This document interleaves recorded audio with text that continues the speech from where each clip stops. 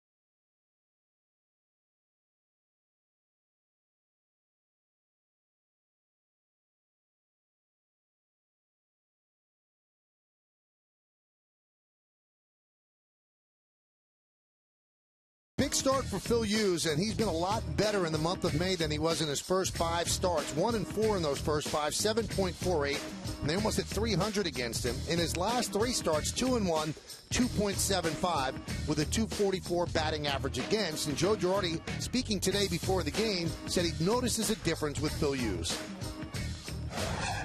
Much better. And you know, in the Toronto start, for a guy who really didn't have much off speed, he did a pretty good job for us. And he pitched, you know, pretty effective with his fastball. So the key to me tonight is getting some of that off speed stuff going. And another key is to pitch well and get the Yankees on the right track again. When we come back, lineups, first pitch, baseball. It's the Yankees and the Royals right here on My Nine.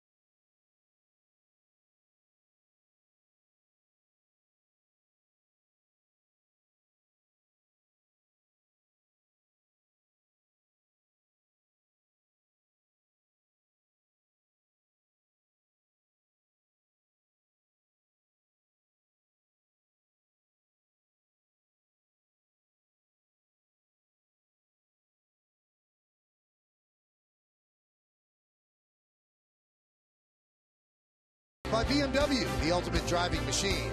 Wells Fargo, together we'll go far. And by Verizon Fios. Welcome to America's fastest, most consistent, most reliable internet. Welcome to Life on Fios. Well, the rain has held up. Nothing like it was at the start yesterday, and we're going to have baseball at the stadium. The Yankees against the Royals. Phil Hughes is on the mound warming up, so let's take a look at the Royals starting lineup, which is brought to you by Blimpie, America's sub shop. Jared Dyson, the center fielder, is going to lead off. Batting second and playing first base, Eric Hosmer. Billy Butler, the DH, will hit third. Cleaning up third baseman, Mike Moustakas. Jeff Francoeur in right field. He'll bat fifth. Batting sixth, playing left field, Alex Gordon. Irving Falou, the second baseman, will bat seventh. Chris Getz, who's put on the DL today. Alcides Escobar, the shortstop, will bat eighth. And batting ninth and catching is Humberto Quintero.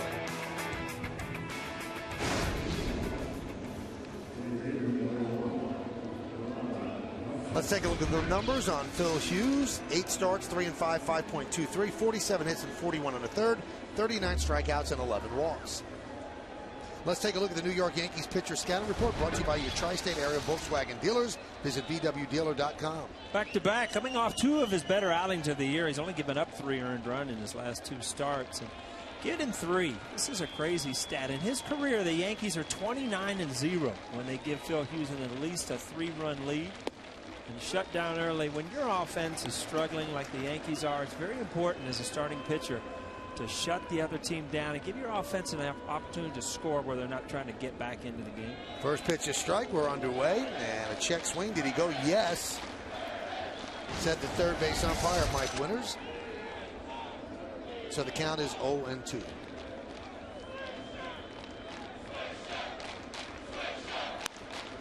Slap the other way. Inside. The Yankees have lost 6 of their last 7 games, and they haven't scored many runs while doing it. Just 15 runs over those 7 games.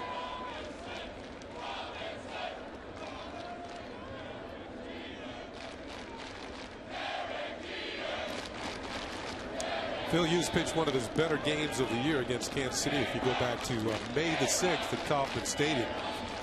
Strong outing, 6 2/3, 6 hits, just 3 runs, 7 strikeouts. He got plenty of run support that day. The Yankees scored 10 runs and won 10-4. The 1-2. Top bat. Souvenir. And he's done a good job in his career against the Kansas City Royals. 3-1 in his career against Kansas City. It's funny how pitchers do well against certain teams. Hitters do well against certain teams. You see Russell Martin wanting that pitch up in his eyes. That ball ends up knee high.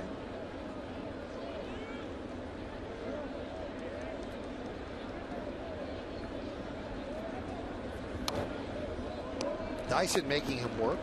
Has a changeup, and Joe Girardi said that might be the key for Phil Hughes tonight. His off-speed stuff, changeup, take a little off the curveball. Didn't really have that in Toronto, but he had a pretty good fastball in Toronto, though. But if he can mix your pitches well, keeps the hitters even more off balance. Strike 3. Dyson down looking. Talk about it, Kenny. I mean, all of a sudden you start getting 3-4 pitches in your mind. You'll take that fastball right down the middle of the plate. See, that's what happened right there. They get stuck as a hitter of guessing with a pitcher. And, you know, you get back in the box too quick. You forget that you always hit off the fastball. Your mind's thinking of another pitch, and you just freeze.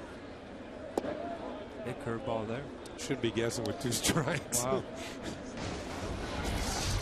Usually when you guess with 2 strikes, you see what happens. You end up walking back to the dugout. Slow roller in front of the plate. Hughes to first. 2-0.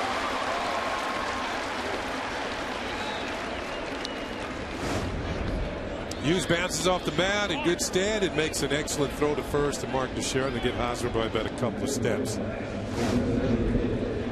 You see that play there, it looks so innocent, but you see that Teixeira getting off the bag quick.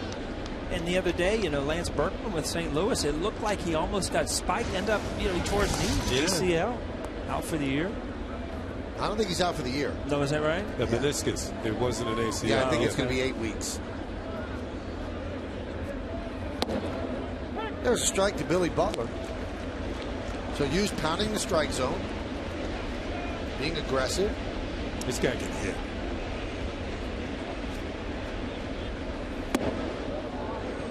Tonight's closed captioning brought to you by the all-new Lexus RXF Sport. There's only one player in the league has more multi-hit games than Billy Butler. That's Miguel Cabrera. He's got one more. Butler has 18. Nice curve. Got his 18th multi-hit game last night. That's the key to 300 hitting. Multi-hit games. Done well against Hughes. 4 hits and 10 at-bats. And the 1-2.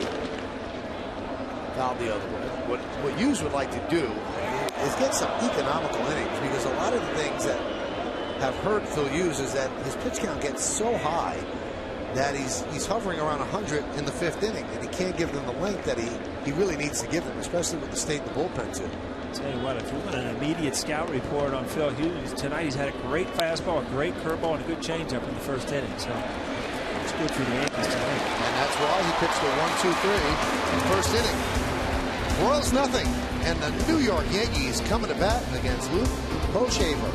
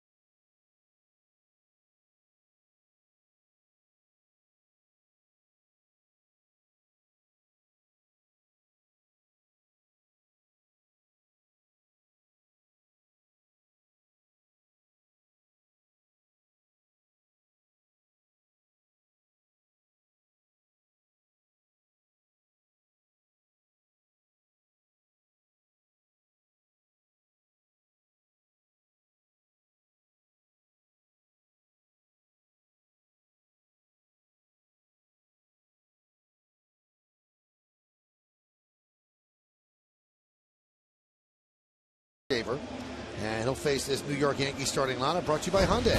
Your local Hyundai dealer is ready to bring on the tent. Now all we need is you. The captain, the shortstop, Derek Jeter, leads off, batting second, and playing center, Curtis Granderson. Robinson Cano at second base will hit third. Cleaning up, third baseman Alex Rodriguez. Raul Ibanez at DH will bat fifth. Batting sixth and playing right field, Nick Swisher. Mark Teixeira's at first base, he'll bat seventh. Batting eighth and catching, Russell Martin. And Wayne Wise in left field is going to bat ninth. Take a look at the numbers on Hochevar. 3-4 with a 7.02 ERA. You can see 63 base runners in 41 innings, and opponents hitting .302 against him. Take a look at the Kansas City Royals pitcher scouting report, brought to you by Acura Advance. I'll get him early. He's got a 13.5 ERA in the 1st inning this year, so he has trouble getting going. And he better have a short memory, because his last start against the Yankees, he really struggled. Gave up 7 runs in just 2 1/3 inning. But on the road again, all 3 of his wins have come on the road. The Royals have played horrible at home this year. 5-17 at home. First pitch to Jeter is outside, and on the road, they're 12-7. He's never beaten the Yankees. He's 0-2 against the Yankees in his career. Never's a long time. Yeah, well. What do you say? Never say never. And the 1-0. 2-0. Former #1 draft pick. Say that for a lot of guys on the field here. Say for Derek, he's in the picture. Well, the Royals have 7 first-round draft picks active with the club. Mitch Mayer, Billy Butler, Alex Gordon, Moustakas, Hosmer, Crow, and Hochevar.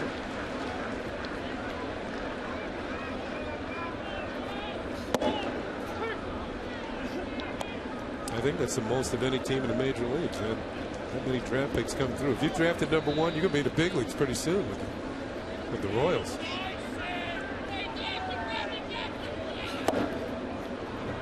I think of movement there, 94. Do you think things have changed because of the amount of money that the high draft picks? In the old days, I mean, there was a #1 draft pick, but you still had to play well through the minor leagues to get an opportunity to get to the major leagues.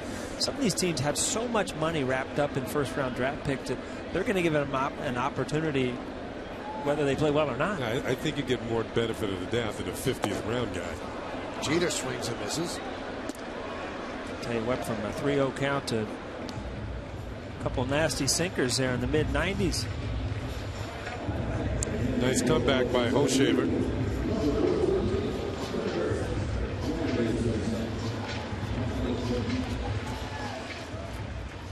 That's going to bring up Curtis Granderson.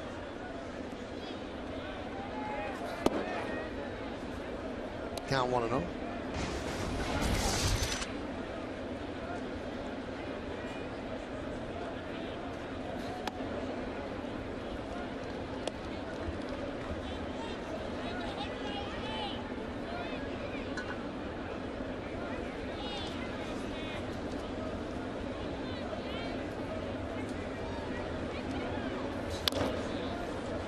Two and one.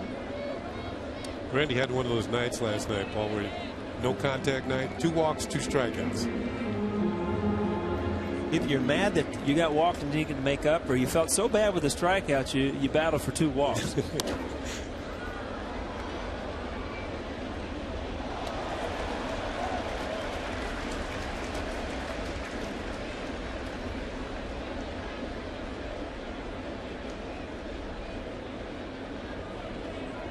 Two.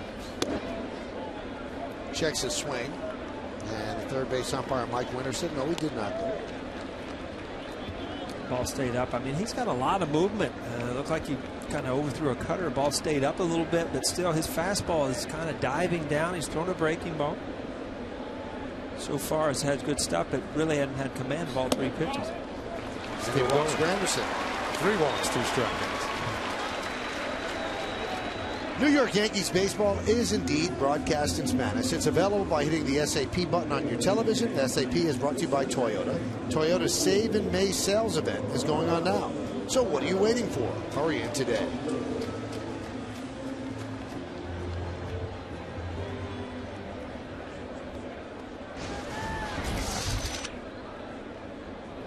Michael, if you look real close above Snoopy at the MetLife sign, there's blue sky out there. It's the first time I've seen blue sky since I landed a couple days ago. There is a sliver of it.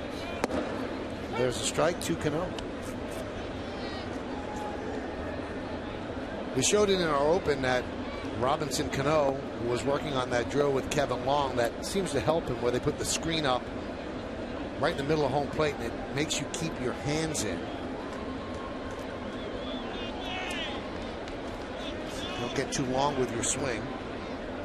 If you do, you hit the screen. I was watching. I just walked into the field today. I got here a little bit early. I was right there. If you are long in your swing, you'll end up hitting the net. And see, Robbie wants to hear that one hit the stands. But Alex Rodriguez was doing it. Robbie Cano. He hits one like that during the game and hear the cheers. The 0-1. High fly ball right field. Francoeur for the second out. That was just missed. It was, and it was just missed because of the location of the pitch, Kenny. I mean, that ball stayed in right on his hands. If that ball leaks out over the plate, you can get to the barrel to it. See, this ball ends up staying in on the inside corner. If it leaks out over here, it's a home run. Tried to pull his hands in, just couldn't quite get to it. Just a little late. Yeah, just towards the pine tar part of the bat, just don't square it up enough. Here's Alex Rodriguez, who had 2 hits yesterday.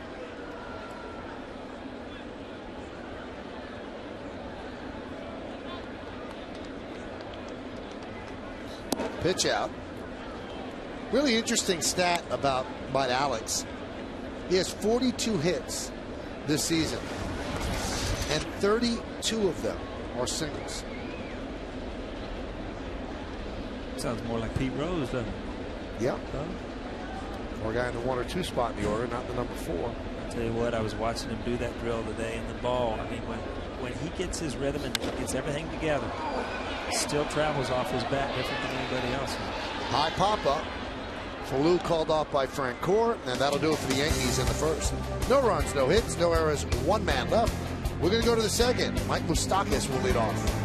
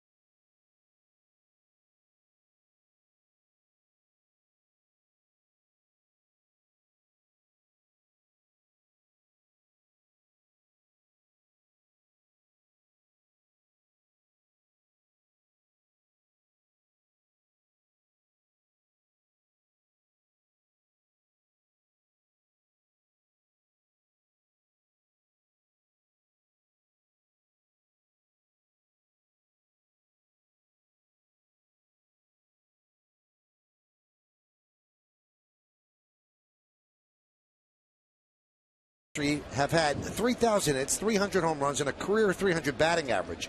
Which one was the greatest player? Was it Hank Aaron, George Brett, Willie Mays, or Stan Musial?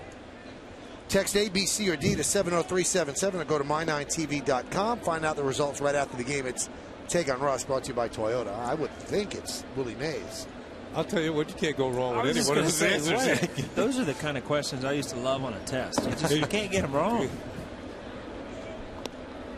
It almost depends on which team you're rooting for. You're going to pick that player.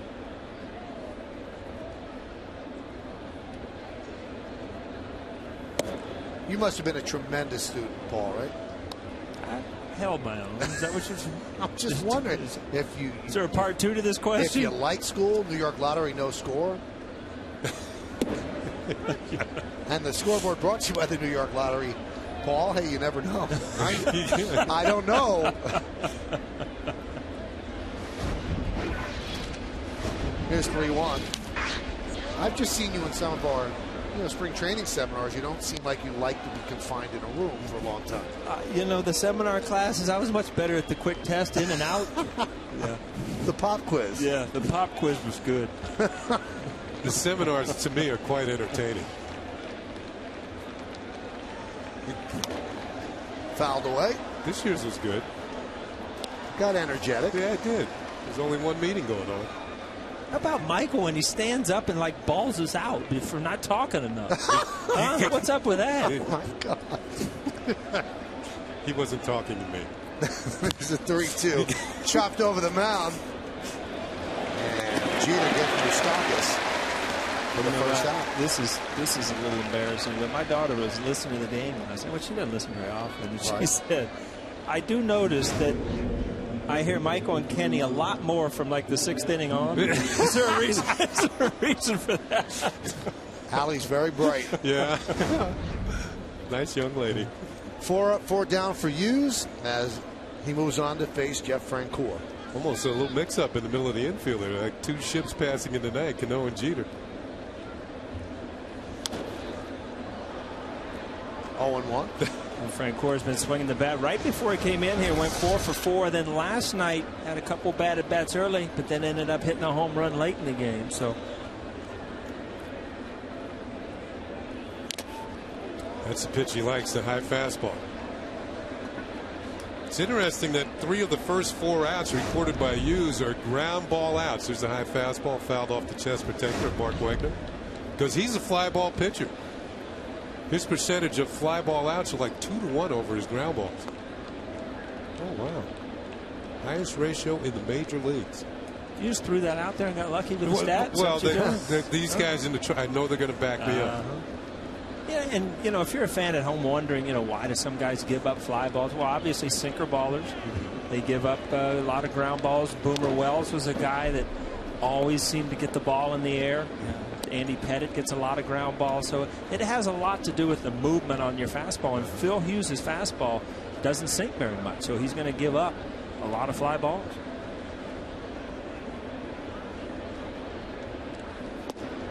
Strike 3, Frank Court down looking.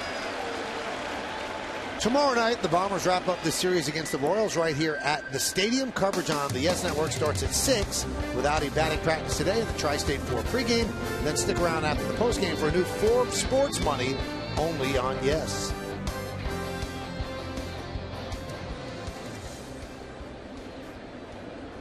There's Alex Gordon.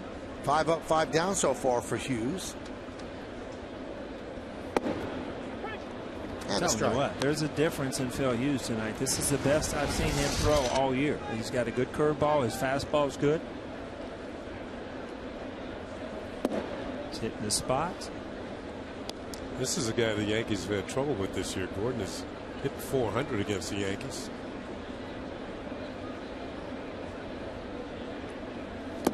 There's a good curve. Now you see it, now you don't. That nice little 12-6 on this one. You know what he's kind of stayed away from today is that cutter that he messes away with. He's throwing his good fastball, 93, 94, and his good curveball. Ground ball to Cano. And that will do it. Just 29 pitches for 2 innings for Phil Hughes. We go to the bottom of the second. Ibanez leads off.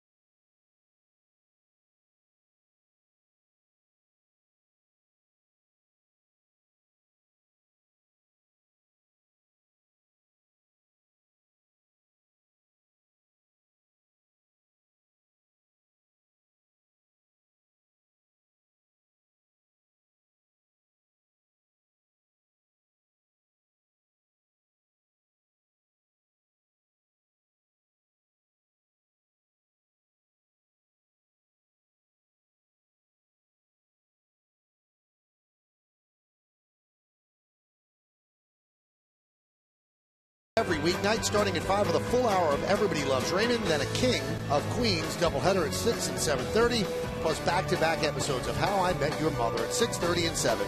So don't miss a second of the big laughs every weeknight on My 9. Ray Romano, he's a Yankee fan, you know that? We had him on center stage. Play golf with him once. He takes it real serious. New York Lottery. You don't? No score? Not that day.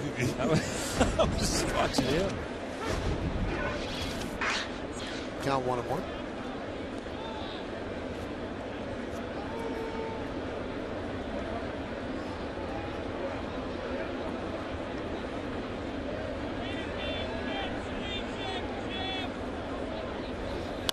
Ground ball off the middle, and Ibanez with a single.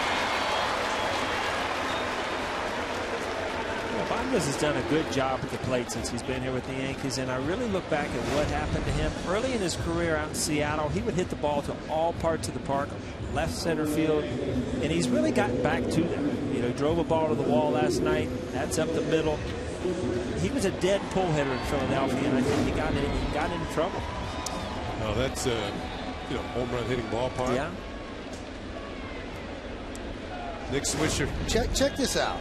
I mean, did this happen to you guys on ground balls in the outfield? Watch, it's starting to zigzag. Yeah. It's the snake effect. Yeah, that's because of the cut of the grass. You see the cut of the grass, and I tell you what, you talk about being scared to death in a game. The quicker it is, some of the grasses out in California, you know, they're real fast, and you come in wobbling back and forth to that ball. It can roll all the way out of your glove, and it's all because the grass is cut in different ways. Nick Swisher got a new shipment of bats today. That's a brand new bat.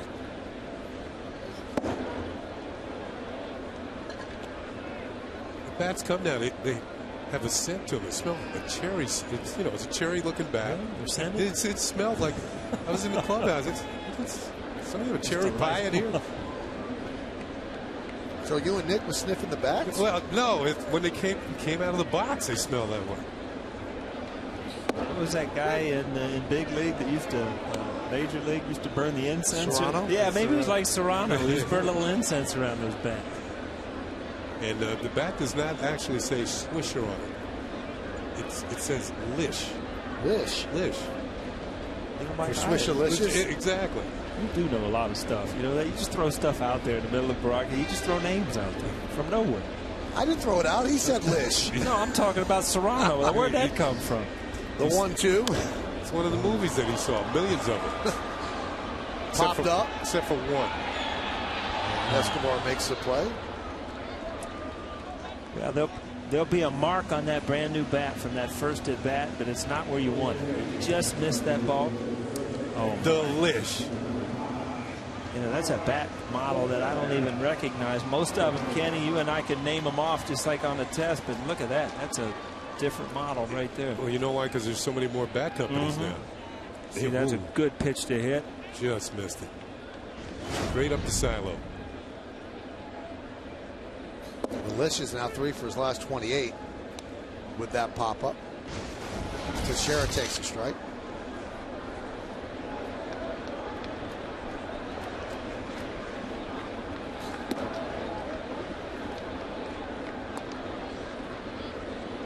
And when you're struggling like a Swisher or Teixeira, who's 3 for his last 16, it always seems that you fall behind on counts. This is the key pitch. The 1-1 pitch at any at bat. This is the one that turns the count your way or the other. This could be 2. There's 1. A 4-6-3 double play.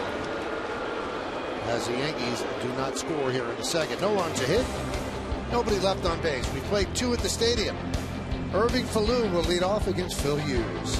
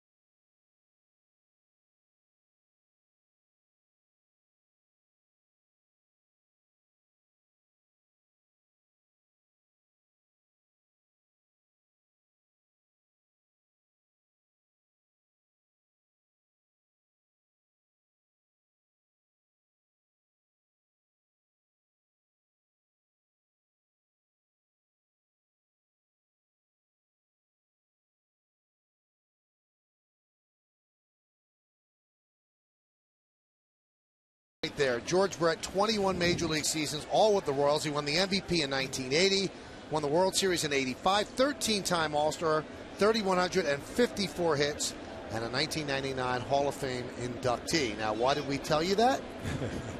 Because George Brett is nice enough to be here in the booth with us. George, how you doing? Well, I'm doing pretty good. Having a good time in New York finally. Yeah? Yeah. Why not? Because of that one little piece of blue sky that showed up. You know what's really funny, Paul? I love this city now. Oh, there's no doubt about it. I hated coming here when I played for the Royals, but I love it now. But you did okay when you played against the Yankees. You had some good games. The fans didn't think I did okay. Because they said a lot of bad things to me. They booed me quite a bit. But I love coming here now. I was here on my anniversary, my 20th anniversary of being married, for 5 days this winter. Came here with me and my wife and had a wonderful time. Went to some plays, went to some restaurants, and just had a blast. And now I'm here promoting the All-Star game in Kansas City. Did some things yesterday at the Fan Cave and Fox and Friends in the morning, and played a little golf at Baltusrol yesterday. Nice. Or today, and tomorrow going to go to Westchester Country Club and play a little golf. So. Not so bad, huh? Not too bad. Sounds like an O'Neill day. Yeah. Now, what time are you teeing off tomorrow, Paul? Earlier than you. John Filippelli gets us in here for team meetings around noon. We got to be here early. Now, George, the fans wouldn't have booed you if you didn't hurt them. You see? I don't know. I just never felt comfortable in this city, but I do now. And it's funny. If you go out and you have dinner, people are nice to you. Where if I went out and had dinner back in the 70s and 80s, people were not nice to you. Well, you can't hit against them right now. That's no. the thing. Well, fun place to play. Yeah. You know what? It's funny you say that because it's exactly the way I came over from the Reds. Hated to come into New York. You know nothing but the Grand Hyatt, 42nd Street, and get into the ballpark. And then you come back later and you realize what New York has to offer and how much fun it is. Yeah, I mean, I love coming here. Right. 4 or 5 days, that's as much as I can take. That's as much excitement. 5 days, that's as much. Falou with a single to left field as he starts off with the Royals first base hit. You mentioned the All-Star game is in Kansas City, and if you look at that ballpark, it was always beautiful, but they've even made it nicer. And you're probably very excited about the All-Star game coming this year. It's a chance for me. I grew up in Southern California, right on the ocean. I married a gal from Kansas. I raised 3 boys in Kansas and called Kansas City home. And it's a chance for me to show off and help show off the country what a great and beautiful city it is and what a beautiful ballpark we have. I think it's one of the most beautiful ballparks. It was beautiful before the renovation, and $280 million later, it's even more beautiful. And Paul, I don't know when the last time you were there, if you've seen it, but it is really a fun place to go. More fan-friendly and just a great place. And I'm really looking forward. When I played in All-Star games and when you played in All-Star games and when you played in All-Star games, they didn't have an ambassador. No.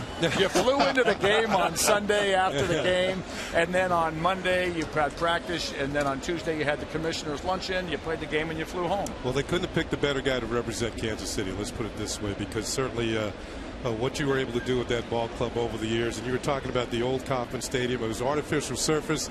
A lot of the other teams in the American League weren't built for that stadium. Your club was. You guys in Baltimore really struggled. Or you guys in Boston. I tell you, when Baltimore and Boston would come in, it was a track meet. Yeah.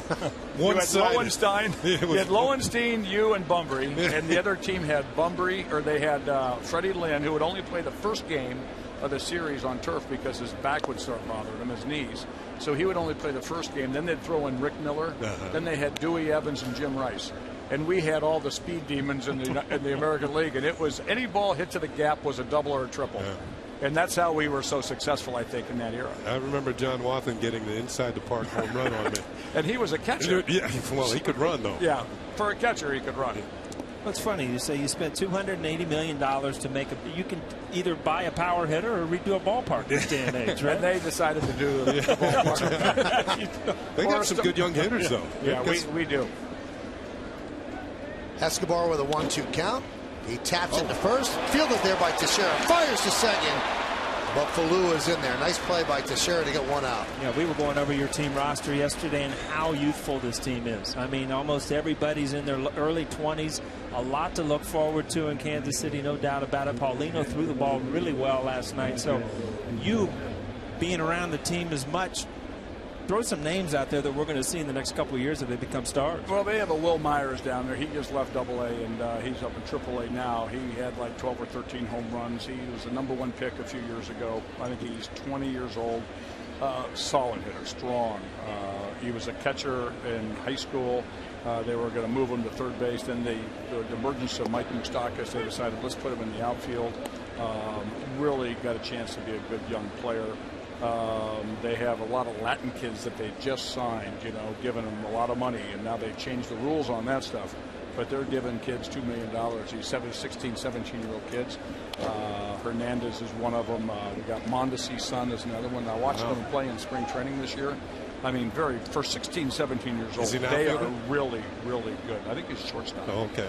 But and then we got Jake Odorizzi. We got a pitcher, Mike Montgomery, who is knocking on heaven's door, but he just can't show the consistency in the minor leagues. But got the stuff to be up here and be a #1 guy. So there are some guys down there that are very capable, and hopefully someday in the very near future will be up here helping this team get back to the winning traditions. Quintero hits one down the right field line. That's going to score Falou. So an RBI double for the Royals' #9 hitter and their catcher. And the Royals are up 1-0. Let's take a look at that double. Really, one of the only curveballs Phil Hughes has hung all day. He's had a great curveball, good fastball. He hung this one up. Quintero does a good job hitting the other way. Now, George, I wanted to ask you, and we knew you were coming up.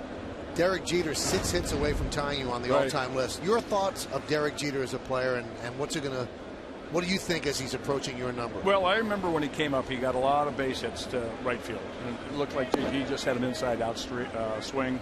I never thought he would get 3,000 hits. I never thought he'd hit with the power he had. But he's played a long time, and like a lot of players, the power comes on later in your career. He's developed power. He knows how to take advantage of the right field fence in New York. One heck of a ball player. And I don't know if I'm more proud of Derek or more in awe of his stats playing in New York and being this good. Being the leader of this team and playing in so many World Series and so many playoff championships and things like that, and being really the focal point of this organization. Or if it's, how old is Derek now? 37. 37 years old, being single, living in New York, and never hearing one bad thing written about him. See, I don't know what I'm more in awe of. That's a good point. I mean, it's just wild. Yeah, he does things right. He does. He's a solid player. I've heard for the last 2 years he's not good defensively. I watched him play in Kansas City. I was at 3 of the 4 games when they played. And, of course, you see him on ESPN and you see him on all the things. I don't see any shortcomings in his defensive abilities. I really don't.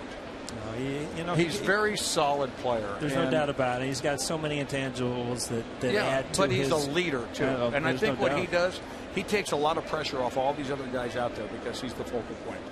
And when you come and play in New York, it's a hard enough place to play, even if you're just an also-ran or an add-in, fill-in piece.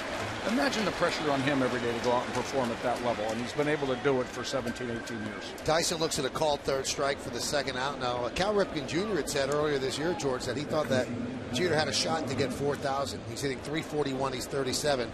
You think that's within reach? He was hitting 400 a week and a half ago in Kansas City. He's down to 341. I don't think so. Speaking of hitting 400, in 1980, when you hit 390, I think you were just 5 hits away. 5 hits. Missed it by less than 1 hit a month. Oh, my goodness. 6-month season, and I missed it by 5 hits. And you look back now and you say, how did Kenny Singleton make that play in right field? You're right. I wondered myself sometimes, but I was, playing against you that year. All the players playing against you, except when we played you, we were rooting for you. I really did feel the support. I really did. And we went into Seattle, I remember, late in the season, and I was at still over 400. I went 1 for 11, and I hit the ball hard probably 6 or 7 times. I got 1 hit, and there was a home run off Bill Travers. And they had a shortstop back then, Mario Mendoza. He robbed me of 3 hits. George, it's great to see you. Good luck with the All-Star game. Thanks for coming by. Hey, thanks for having me. We really appreciate it. Thanks for having me on. So the Royals score a run on 2 hits. They leave a runner on base. We go to the bottom of the 3rd. Martin leads off. Yankees trail 1-0.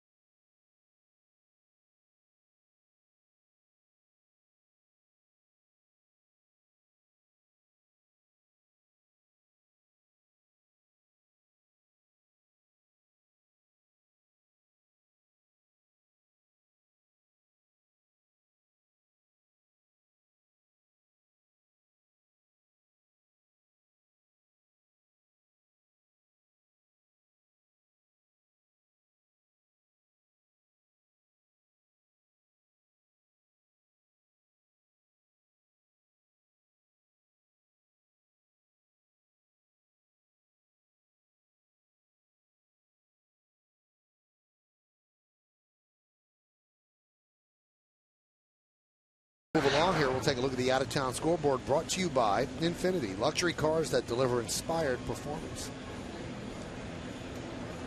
So the Royals get a run in the third, a single by Phil. Then he moved to second on a ground ball by Escobar to first. Then Humberto Quintero with a double inside the right field line, and that gave the Royals a 1-0 lead. Russell Martin leads off, and the pitch is high, 1-0. Russell Martin is having one of those games today. You know, you look at his numbers, 181 for the season, but yesterday it was kind of a turning point where he had some good at-bats, hit some balls hard. And now as a player, you come to the ballpark, is it going to continue? Am I hot now? Or am I going to fall right back into that grind of hitting 180? And I always remember days that, you know, that you come after a big day, you've been struggling. Is it going to continue? It's kind of a mind game. You really want to have some good at-bats tonight. Yeah, yesterday was his fourth multi-hit game of the season. Well, he's probably thrilled to see the Royals as the opposition as he takes a strike. He's 7 for 17 against the Royals this year. That's very good, right? Against the rest of baseball, he has 12 hits and 88 at-bats. 3-1. And he works a walk to start off the third.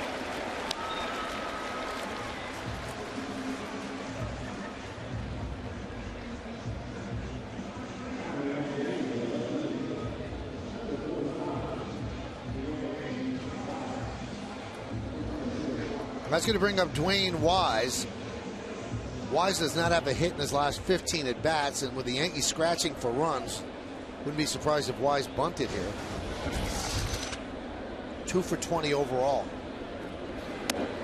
This is one of the guys, you know, yesterday we were talking about trying to manufacture some runs. That, you know, Joe Girardi is not handcuffed by Wise. He can put a bunt sign on. He can put a hit and run where, you know, a lot of these veteran players, you know, you're not going to put on some of these signs. So it's a good opportunity to try to bunt a guy over and get a hit.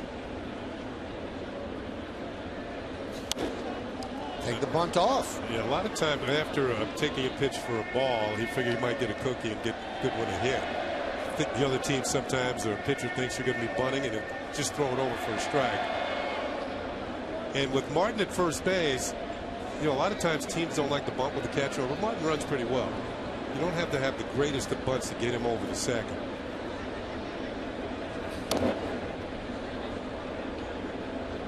Cutter in right there. That's a ball that's very tough for a lefty. It must be extremely hard to control because it's very hard for lefties to hit. Mariano's made a living at it. If you get it out over the plate, you see you pull your hands in. There's nothing you can do with it. Except pull it foul. Yeah. That's the best thing to do with it, because if you stay through it, you end up breaking your bat and grounding out to second base.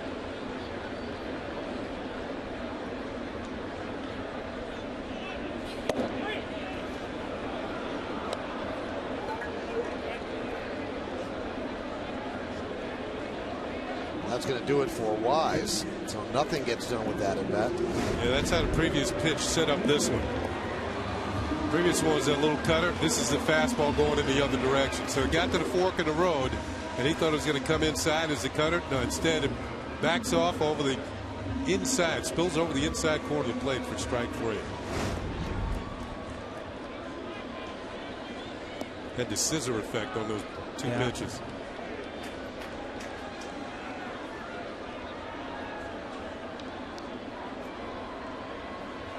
Here's Jeter. He struck out in the first inning.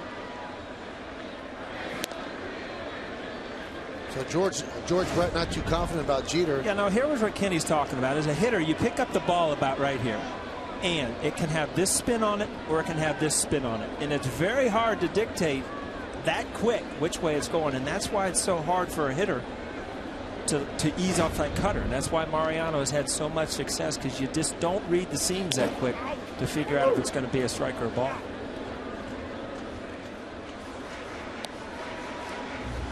Jeter took that one off the little bit off the shin guard, maybe a little bit off the shin, and he's walking around gingerly around home plate.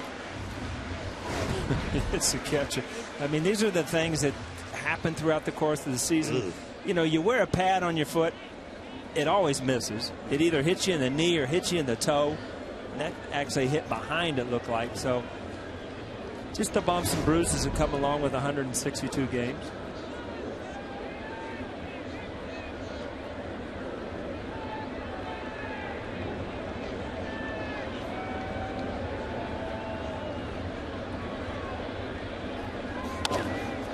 Hot shot to short.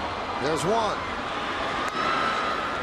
And Jeter tagged on the way by, so he wraps into a double play. And the Yankees struggles offensively continue. We go to the 4th inning after this Jeter double play ground ball. Billy Butler, Mike Moustakas, and Jeff Francoeur coming up.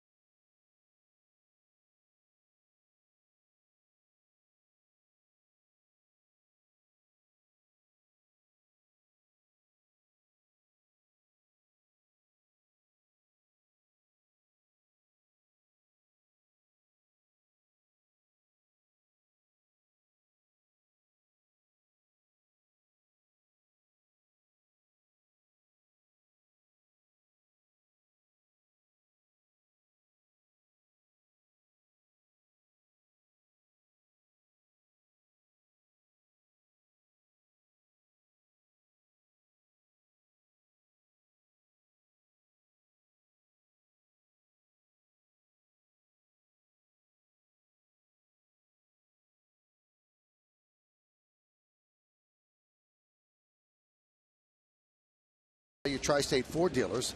In 1977, Rod Carew won the American League MVP award. Ken Singleton finished 3rd in the voting. Which Royals outfielder finished 2nd? I know that one. I could throw a guess out there.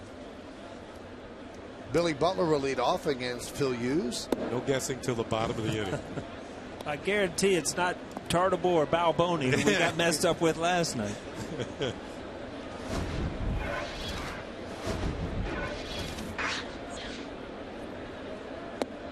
I'll tell you what, Carew had a heck of a season. Hit 388 that year. Were you a little surprised that George Brett totally laughed off Jeter's chance at 4,000 hits? Well, I think he was trying to say that, you know, he was kind of in a slump because he came into at 400 and now he's down to 340. So, no, but, you know, I think he has a lot of respect. I think he knows how long that, you know, Jeter, how good he's been for a certain time. And I tell you, now that he's out of the booth, that's one guy that, and Kenny, I'm sure that you had these guys too, that the first couple of years you step out on the field and you watch them play, it's, man, I wish I could hit like him. And when I was in right field, I just absolutely watched him hit and just thought, man, I wish I could swing the bat like him because he could hit. He was a good all-around player too. I mean, Gold Glover at 3rd. 2-2. Broken back ground ball. Jeter charges Fields, and he gets Butler for the first out. I'll tell you what, there's a two-seamer right there. We talked about, we drew that little picture. That ball right there, that's the one that kind of runs back in. This ball was supposed to be away, and look how much movement he gets all the way in on the hands. That's a thumb breaker, this one. Not only the bat. Huh? Man. You know, you're running down the first, counting all your fingers. This is the one. Everybody, all batting coaches say, you know, great hitters get jammed, and you're running back to the dugout thinking, man, I must be a great hitter because I just got stinking jammed. Pulling splinters out of your batting glove and everything else. You know, we were talking about the young hitters on the Royals and Moustakas.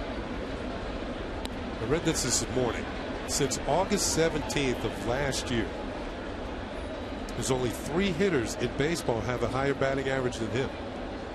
Miguel Cabrera, Matt Kemp, and Derek Jeter. Moustakas hit 337 since August 17th of last year. He's up there with some names.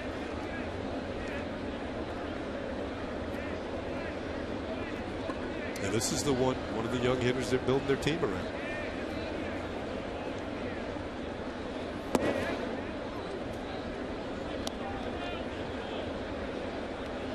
Count 2-2. Moustakas grounded to short in the second against Hughes.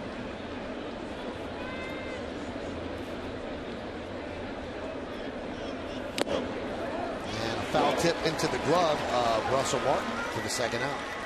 Hitting the road, take the Yankees with you this season. Subscribe to MLB.tv today to see every Yankees out-of-market game live online and on your favorite devices in HD quality. Visit Yankees.com to order and get more details. MLB.tv, baseball everywhere.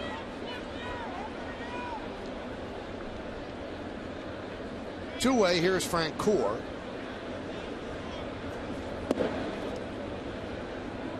Tell you what, that stat we threw out there about Phil Hughes and the fly balls, not working tonight. There hasn't been a ball leave the infield.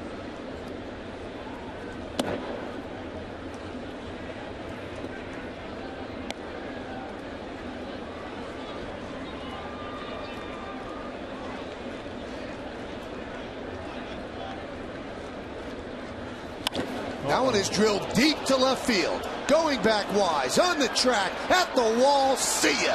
Home run for Francoeur, and it is now 2-0 KC. When we talked about Jeff Francoeur, he's been hot lately. A home run last night, another one tonight. He's only got 3 on the year, but he's hit 2 of them in back-to-back games against the Yankees.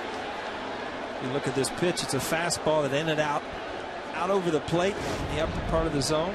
It's supposed to be away. Hughes has now allowed a home run in 9 straight games. And that hasn't happened since Jack McDowell had a 10-game streak in 1995. You saw how much that pitch missed the target by it. It was in the middle and up. It was almost the same sort of pitch Francoeur hit last night.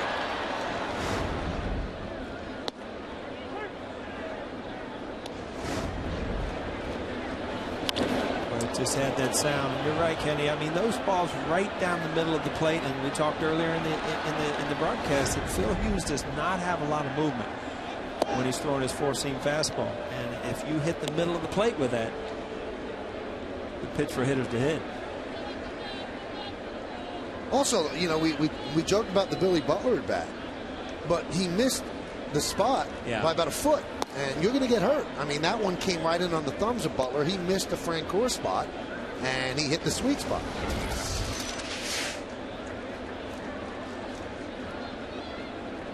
The 1-2. I think sometimes when you're throwing pretty well, a pitcher might fall in love with his velocity, and he doesn't concentrate quite as much on location, but they really work well together. If you're throwing hard and hitting your spots, you almost become unhittable. But if you're throwing hard and get in the middle of the plate, you're still throwing hard, but it can't be hit.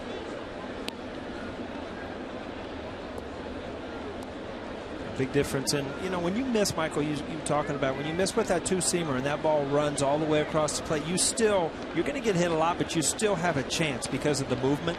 But when you're throwing that 4-seam fastball and you miss that much, it's going to get hit because it's straight.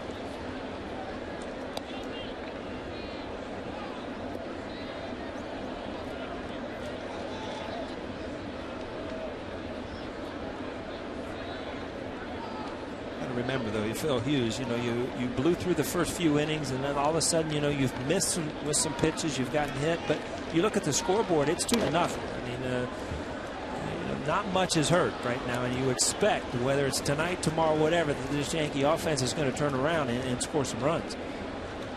Well, that's not a positive stat for the Yankees. Royals 10-0 this season in road games in which they scored the first run. 3-2. Line to right field. Nick Swisher on the run will make the play. Well, the home run by Francoeur gives the Royals a 2-0 lead. Third home run of the year for Francoeur. Can the Yankee offense get started? Granderson, Cano, and A-Rod will try.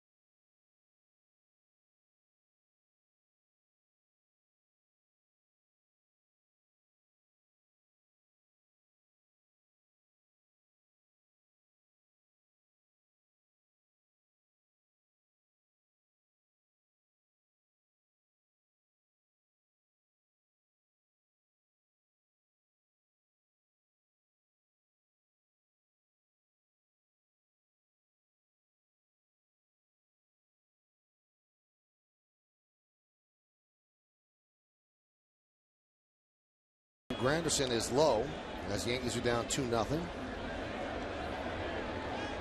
2-0 should certainly not be insurmountable, but this team has had such a hard time scoring runs. Foul ball. Then you wonder what the mindset is of Phil Hughes right now.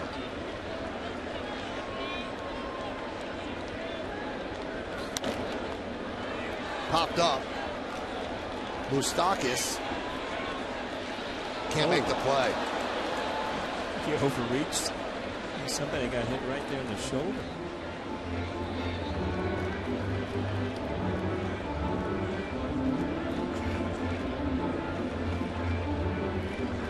Where it's a hitter when you got hit, Kenny, and you're like, act like it didn't hurt. This is what this guy's doing too, because it hurts. See, he overreached that ball, hit him right in the back of the neck. That had to hurt.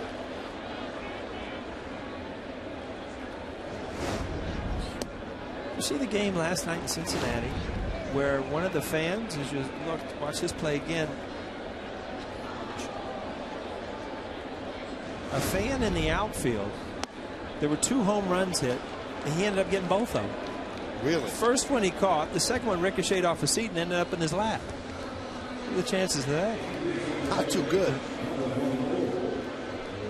Now let's check out that Ford trivia question. Give you the answer right now. 77 Rod Carew won the AL MVP award. Ken Singleton finished 3rd in the voting. Kenny, which Royals outfielder finished 2nd? It was Al Cowens, who had a heck of a season. Wow. I was going to throw Willie Wilson in there, but I didn't know. Willie had some good years. Al Cowens, I remember that name. I think he drove in 112 runs that year. He's a good right fielder, too.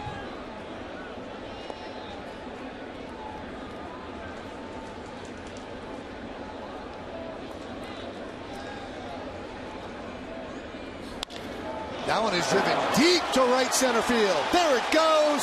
See ya. Into the Yankee bullpen. Yankees on the board. A home run by Cano. It's 2-1 KC.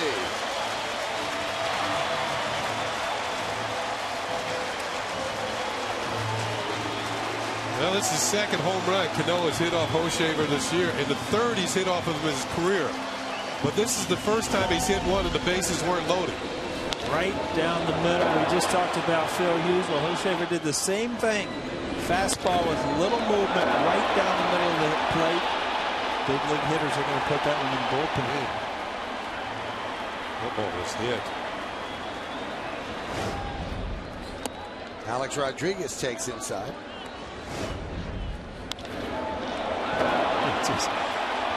Robbie's gotten to the point, he's gotten so much stronger over the past years that he's got that swing where when he hits it, he knows it.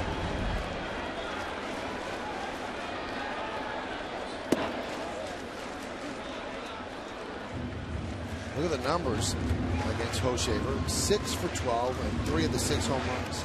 And 2 of the 3 home runs are grand slams.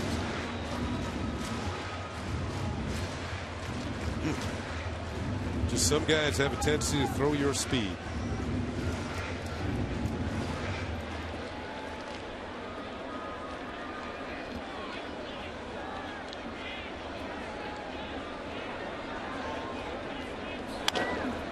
Squibbed the other way, and it's going to be through for a base hit. Seeing eye ground ball for Alex Rodriguez.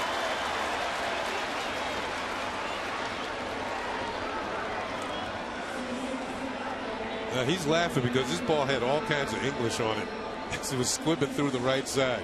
This is a breaking ball that he kind of got out in front. You hit it off the end of the bat, and you see it. You're right, Kenny. It's spinning sideways. You see Alex go straight through the bag and make sure that he makes a right turn. You don't want to make a left turn there like you're going to second. I think another thing, he ran straight through because Francoeur's in right field. Francoeur's throwing out people at first base. You probably did that too. I tried a few times. We had, you get especially in the National League when pitchers were hitting, if they lined one to you, and they asked to runner goes, and he's in there with a stolen base. Alex is now 5-0 this year in stolen bases, and I believe he's stolen his last 9 in a row, going back to last year. Picking his spots, he didn't waste any time. Got a good walking lead. Takes a look to see what happened at home plate. The throw is high, and he's in there with a stolen base. Making something happen on the bases.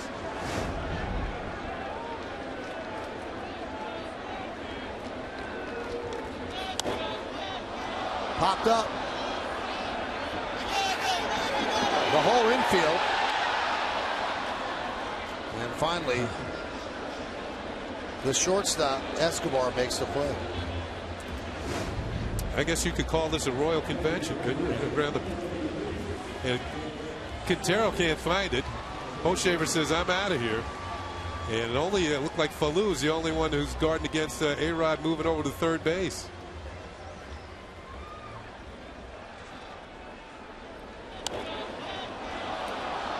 See, Alex is going to. He's starting to see that nobody at third.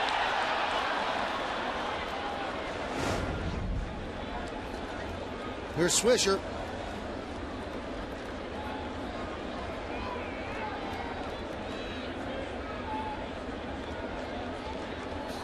So that was the first at bat the Yankees had with a runner in scoring position tonight. They don't get it done. Swisher has another chance. Yesterday's 0 for 13. They had not been 0 for 13 in a game with runners in scoring position since back in 1970. 42 years. That game they were 0 for 14. And they're 6 for their last 73. Nobody comes back. Michael comes with those stats since 19. And I kind of hold my breath that it's like not 1993, 4, 6, because I knew I was part of those teams. I'm hoping you go way back, so I don't have to worry about it. Now, you were just a kid in 1970. 70, yeah. Watching the Yankees on TV on my black and white.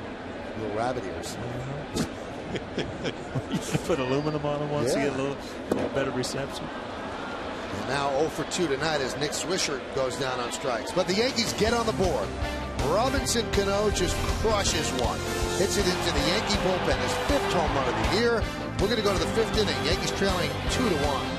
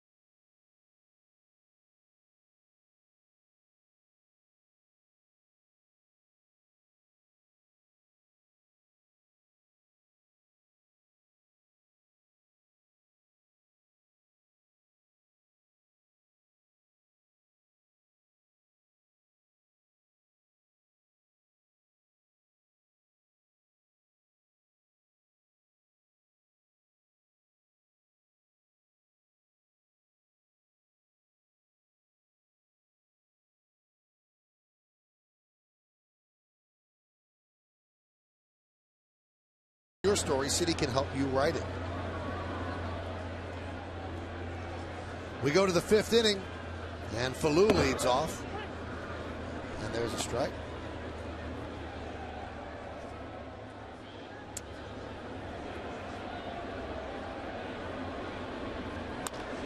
Grounded foul. That's Mike Masseri. He is the high home cameraman in the visitors booth. And this is his shot from that famous Pine Tar game. It's a classic. In 1983. As Fallou swings and misses. And moments ago, George Brett and Mike reunited. He signs a baseball for Mike. Boy, was he fired up that day. And Mike Masseri was only 2 years old when he shot that. See that? He would find you very funny, Michael. You see that? You didn't even crack a smile. He didn't hear me. Oh. You know that. Because he's in the other booth listening to Rex Hudlin. I guess I should have figured that out. Oh, my goodness.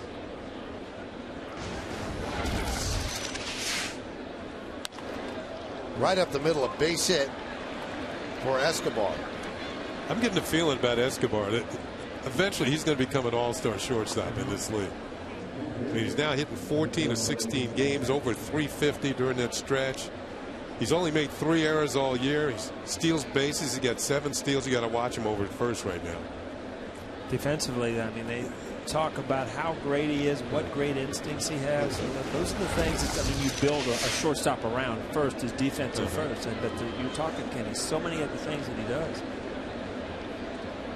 There's a player to watch for in the upcoming seasons. Leads the Royals in steals with 7. Alcides Escobar. Got a cool name.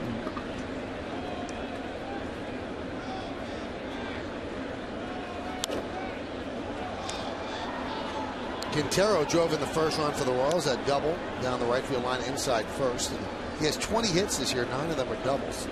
Watch that swing right there. Really trying to hit that hole over on the right side. Trying to keep way inside the baseball. It looks so easy on TV just to hit one, ground one over there. Looks like a marching band could go through there.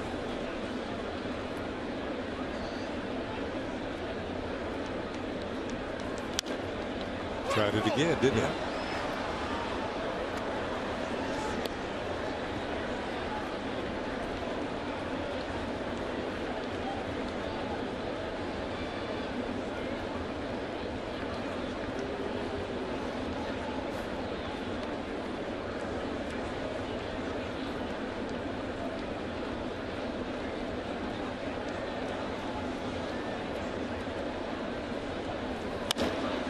Punch the other way. Well, you really got to get the ball in on his hands. I think that's what Russell Martin is talking about right now. This guy's taking 3 shots to the right side. His double went down the right field line. What are we going to do here to keep him from slicing the ball the other way? Would he go way outside with an 0-2 count? Maybe he'll follow it, swing and miss. Or you throw one up and in around the letters there, move him off the plate. Got some options here. If you're going to go in, you got to make sure that it's in off the plate, because it's not really a hard swing to hit an inside pitch the other way. But if you get it in off the plate, most hitters aren't strong enough to fight that one off.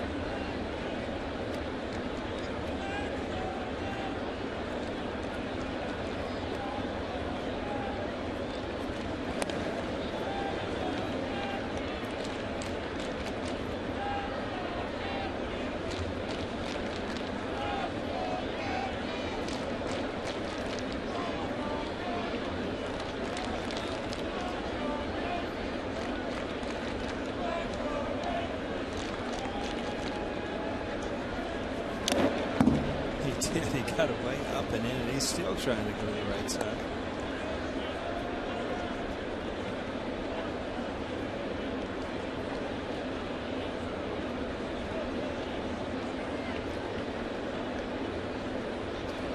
Here's a guy you can get out of this inning with one pitch. You want to get that ground ball. Same pitch, jumping in, fastball. Keep trying to hit it the other way. High fly ball for the second out. Stay up to date on everything Yankees by subscribing to Yankees Magazine. For just $49.99, you'll receive 8 issues featuring exclusive stories, facts, action photos, and stats. To subscribe, call 800-GO-YANKS or log on to Yankees.com today. I'll tell you, though, Kenny, one thing that you can kind of respect Quintero, that at bat. As a hitter, when you go up there with a plan, his plan was to hit the ball to the right side. The worst thing you can do as a hitter is change your plan pitch to pitch, in the middle of the at-bat. He stayed with the same approach the whole at-bat. Didn't work, but he stayed with that same approach. And when you do that, you give yourself a chance. Now with 2 outs, I think Escobar becomes more likely to steal second base because you have Dyson leading off. Even if he gets thrown out, Dyson will lead off next inning. This guy has stolen 7 out of 8 this year, and I think he's getting primed to go pretty soon here. That's why Phil Hughes is paying so much attention to him. When you've got a percentage like 7 out of 8, you got some confidence that you can make it. The 1-0.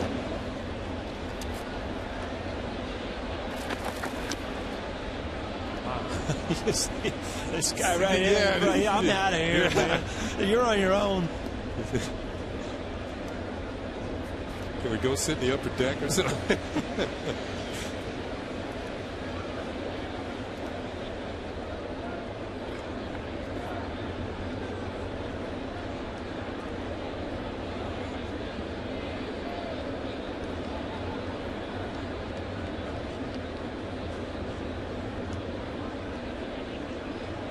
One, 1-2. I've got a picture at home. Now, years ago when I used to come in here across the street, the old Yankee Stadium, one series, the Yankees were kind enough to give my parents the seats right next to the dugout. My parents and my aunt and uncle. And I've got a picture of Doug DeSensei falling in my dad's lap catching a foul ball.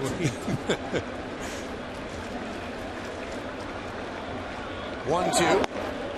They got the runner at first, but scrambling back is Escobar. So he was taking off and said, not a good enough jump, and scrambled back.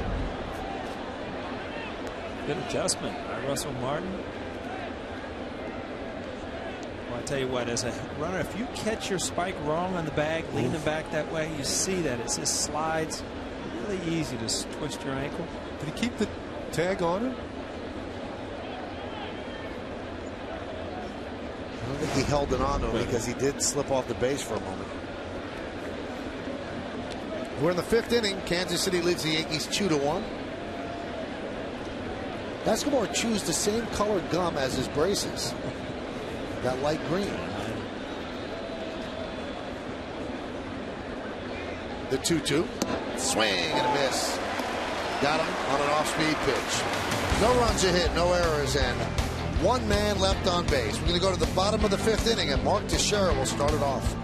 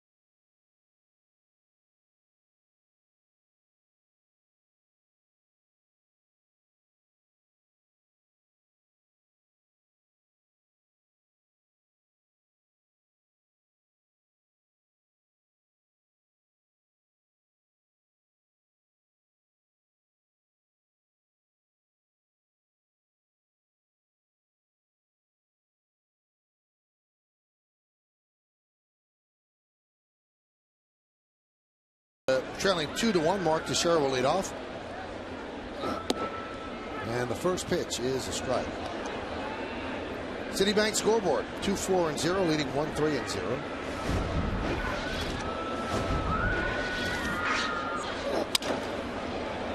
Sounds like a broken bat, and it is 0-2.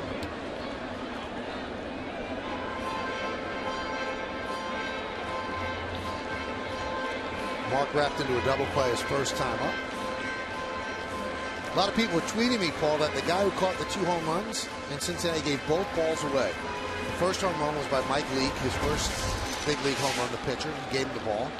And the other one, he gave the ball to the guy who brought him to the game. Cool. Nice Ohio guy. Right. That's the way we raise him in Cincinnati, right?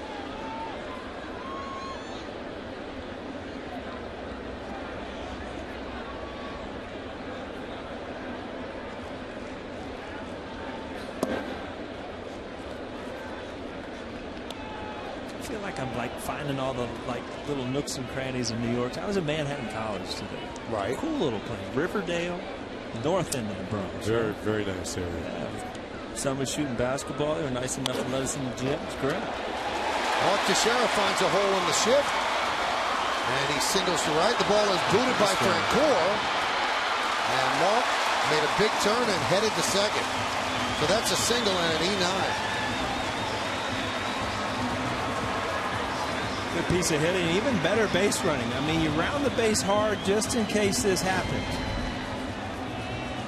What if this little snaking effect of the ball on the ground in the outfield?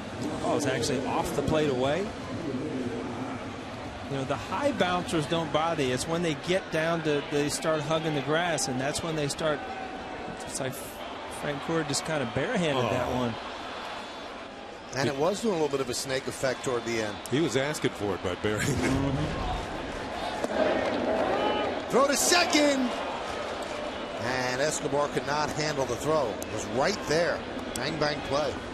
That's a tough play as a base runner. You see the runner, the hitter square around the bunt, and when he bunts through it or decides not to, you see Martin pull the ball back. You try to get a good jump so you can advance to the next base. And sometimes you get caught out to dry, but this time, sure, I think he would have been back anyway. It's amazing how much, when you get leaning towards a base, it takes so much to stop and get going back. And it's almost an automatic play this day and age for the catchers if they bunt through a ball that they're throwing behind you at second base.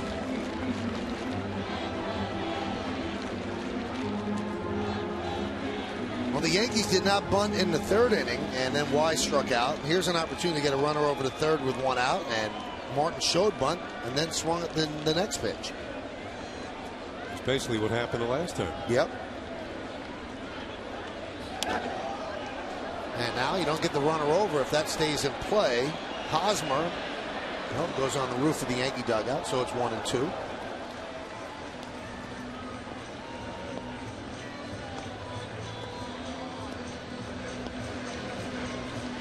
That's where those, the Yankees have done this with men in scoring position, this, and that's where those numbers sometimes can be skewed a little bit. I mean, this at bat right here, your job is to move him over, and if you don't get him in, if you get him over and you're still 0 for 1, well, those numbers keep racking up, but you did your job.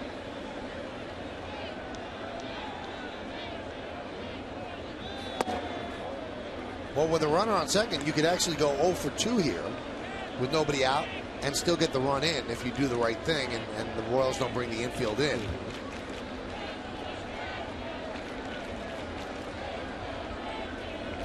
Yankees just need runs no matter how they score, even if it's on a wild pitch. The 2-2. Look out. Got him. And it got him. First and second, nobody out. New York Yankees baseball on My 9 is brought to you in part by Prudential. Bring your challenges. Your Tri-State Ford dealers. And by Time Warner Cable. Enjoy all the things you love better. TV, internet, and home phone from Time Warner Cable. Let's see if Wise bunts this time. With runners on first and second and nobody out and Jeter on deck. I think it would be a wise move then. One way or the other. Not just on the first pitch, a fake. Yeah. Get one down. You want to get both these guys advanced. The ideal place is to get it towards Moustakas at 3rd. Look out. Throw to second again, and again Teixeira hustles back. Quintero showing his arm off. He's had 12 pickoffs, Quintero. He does have a good arm.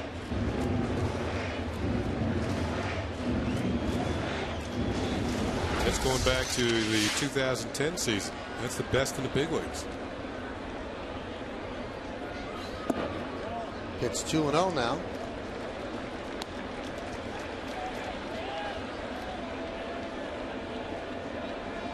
Now there's always that temptation at 2-0 to take off the bunt.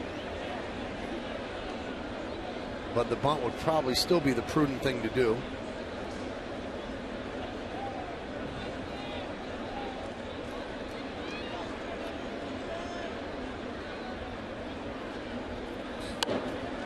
Bunts it to third. It's a good bunt. And it's a base hit. Woo. I tell you what, I was just thinking, I mean, Dwayne Wise runs so well that you can almost bunt for a hit in that situation because it's very easy for a lefty to push bunt towards the right. I mean, this ball just stops in here. I mean, he can't, knowing he's bunting, he can't throw him out here. Very impressive. Watch him dead in this one, and going to be a tough play for Moustakas. He goes after it with the glove. I think even if he barehanded it, he still would have beat it out. So it turned out to be, as Michael would say, a prudent move. I don't know if Moustakas thought the same lines with the 2-0 count, that, you know, maybe he didn't come in as much as he should, but you have to take that bunt. You have to get an out as a third baseman. You have to get way in and make sure that you can get an out. All right, this is a situation the Yankees had early in the game last night. Bases loaded, nobody out. They did not score. Let's see what they do here. Tonight's league leaders are brought to you by Nissan. Nissan's 10th event for a limited time. Get bonus cash on Altamont and Road. Visit ChooseNissan.com or your local dealer. Hit leaders. Miguel Cabrera is now taking over the lead from Jeter. That's Melky, I'm sorry, not Miguel. Melky Cabrera having some season with the Giants, 62 hits. Jeter and Michael Bourne tied with 60. Count 1-1. Melky Cabrera's turned himself into a pretty good player. Well, the Royals had him, and he had a good year. They traded him for Jonathan Sanchez, who currently on the disabled list. Melky's close to 30. Is he in his 30s?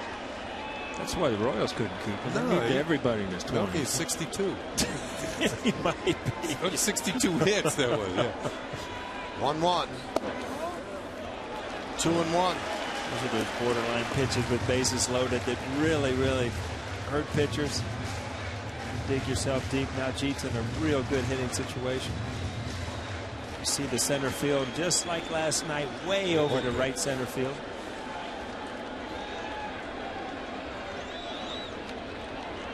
The 2-1. We just looked it up, Paul. Melky's 27 years old. It's still, it's a little old for this team. So they had to trade him. I'll tell you what, Alex Gordon has a lot of room to cover, doesn't he? I'll tell you what, last night they had Derek Jeter played absolutely perfect, and you see the right center field just taken care of. Out in here, that's the go zone right here. That gets you 3 RBIs out in there.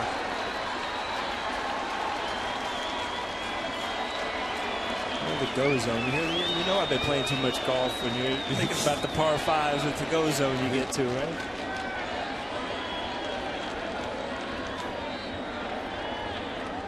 The 2-2. Still 2-2.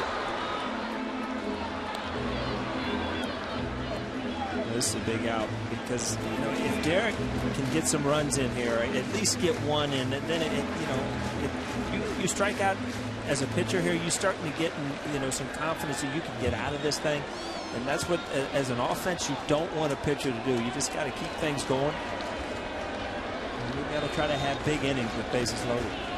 2-2. That one is looped into right field. It is a base hit. 1 run scores. It's a single for Jeter, and the Yankees have tied the game at 2. Francoeur made it close with Wise at second, who had to hold up, but he got in ahead of the throw. I'll tell you what, Francoeur almost got the force out at second. Kenny, you talked about it, but Derek Jeter's been hitting the ball hard 3 times last night. First time up, double play hit on the nose. This time he hits a bloop, and you see he's trying to get it down. Drops it in front, but Francoeur just absolutely throws a missile in there trying to get the force at second. He's got the most assists since coming to the big leagues. He's well ahead of the second place guy, over 100. Wow, very strong throwing arm.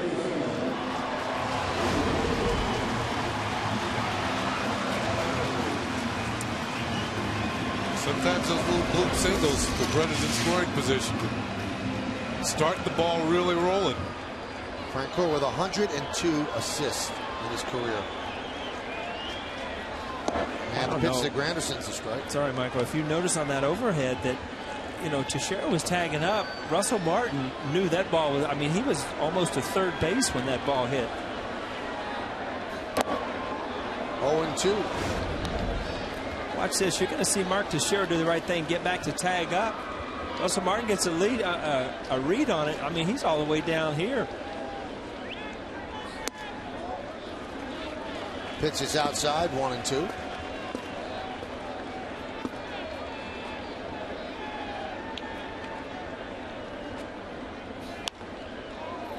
Okay.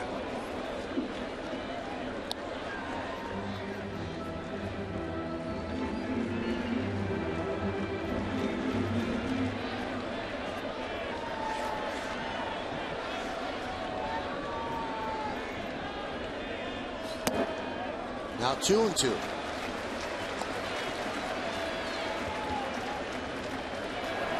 Kelvin Herrera warms for the Royals. Bottom of the 5th game is tied at 2.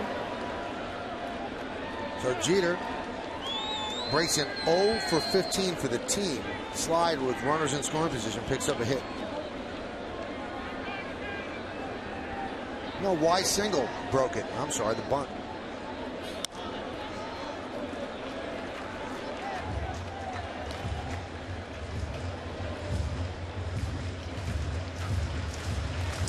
Keeps throwing Granderson at all-speed breaking ball. He keeps pulling it foul. Put it in on his hands. If he gets one out over the plate, you hear a loud roar. Grounded softly to second. A run scores. Granderson is out. Martin is in, and the Yankees have a 3-2 lead as the other runners move up. So Wise is at third, Jeter's at second, and RBI for Granderson. See, this ball is just kind of in nowheresville. You can't not hit hard enough to get the force at the plate and not hit hard enough to turn 2. They get one out to get 2 runners over. Well, the Royals are doing the thing that the matchups tell you to do. They are going to walk Robinson Cano, who was 6 for 12 lifetime against Hochevar. So that will load the bases with first base open. They're going to deal to Alex Rodriguez. So they are issuing a challenge to the Yankees cleanup hitter. We'd rather pitch to you than the Cano. And Cano's numbers, I mean, obviously you're going to pitch to a force and load the bases, but Cano's numbers in his last at bat kind of warrants this. Yeah, they're getting tired of Cano. Up until last night, he had a 13-game hitting streak against Kansas City. That was broken last night. He started another one tonight with a homer.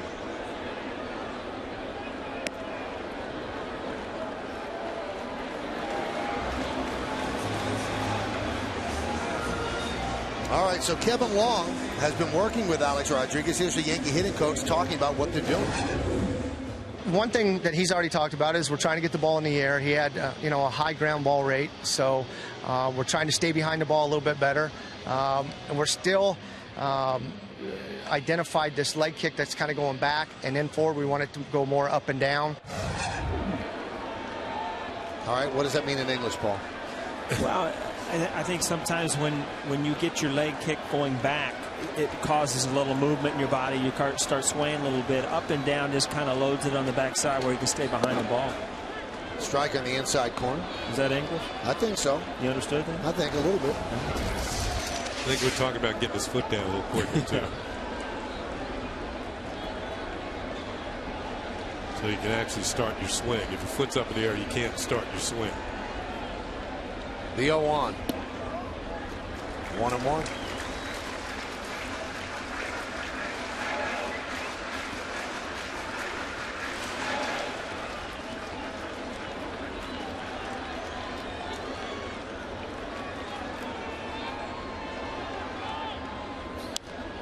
Foul back. That was a good swing.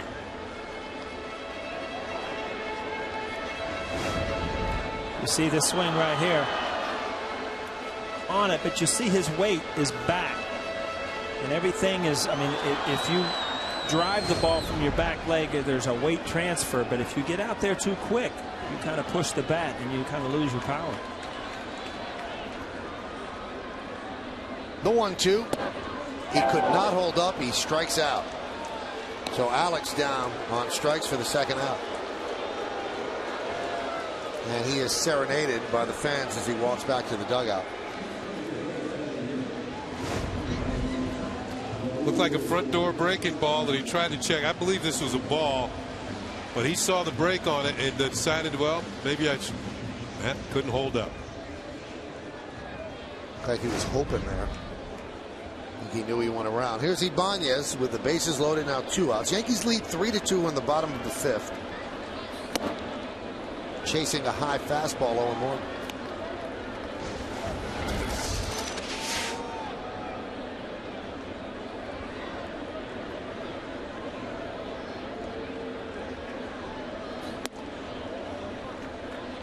Count 1-1.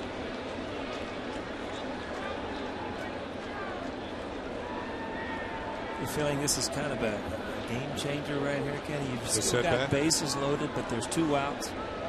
So you're in it. You can bust it wide open.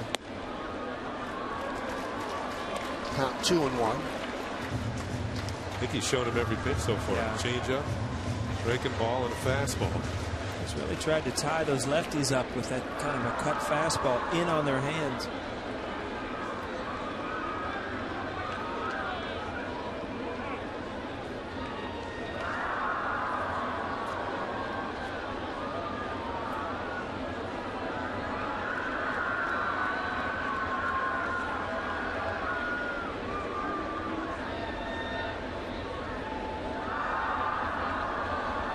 Two 1. 3-1.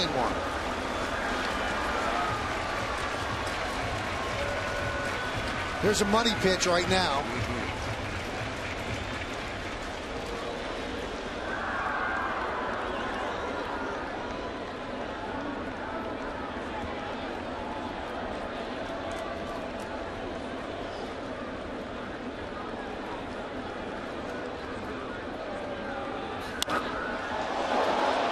Three and 2.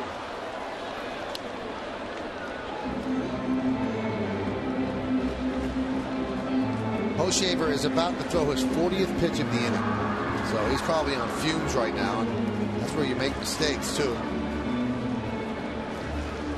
Phil Hughes doesn't mind how long the inning goes as long as he gets more runs. And Al Leiter has always told us pitchers who train like boxers, 15 pitches for an inning. When you get over that, you're getting into dangerous territory. Yeah, you've definitely been on the ropes.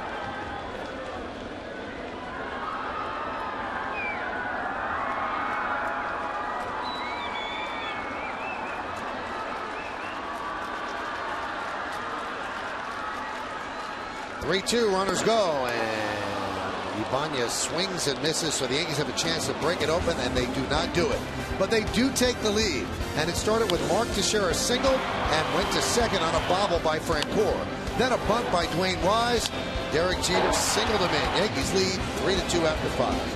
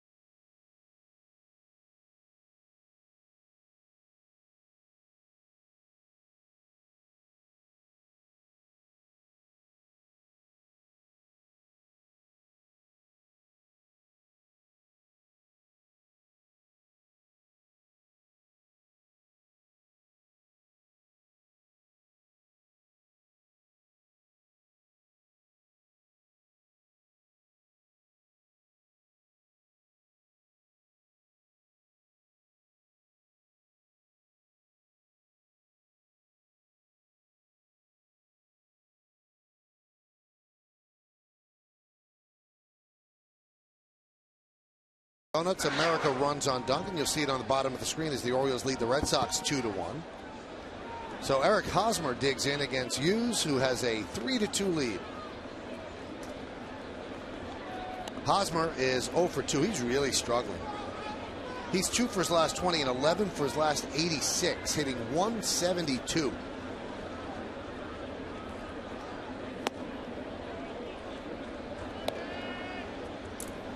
Another kid they're very high on, though, a young kid with a bright future. But right now, last night we kind of went over his stance and everything. It just looks like he doesn't have a lot of balance up there right now, kind of in between everything.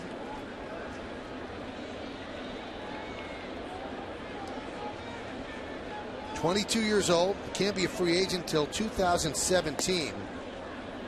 But the Royals would love to sign him long term. His agent Scott Boras not too keen on locking a young player into that sort of deal. So a lot of his teammates that he came up through the system with, they have been signed long term, and Hosmer's going year to year.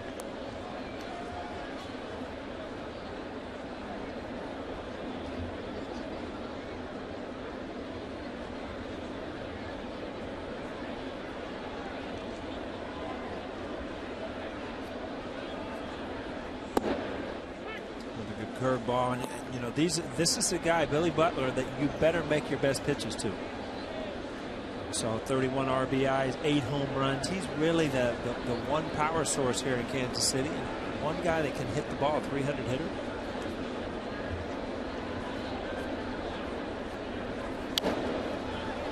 Fouled straight back here. Thought we had a chance there, Mike.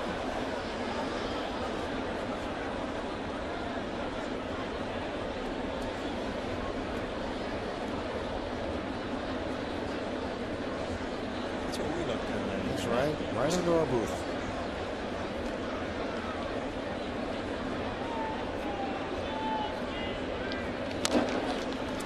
Grounded. Foul.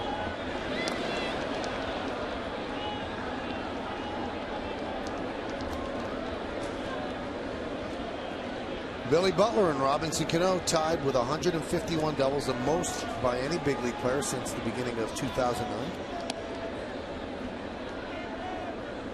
Amazing. Cabrera's in there, Joey Votto, because they hit so many home runs also.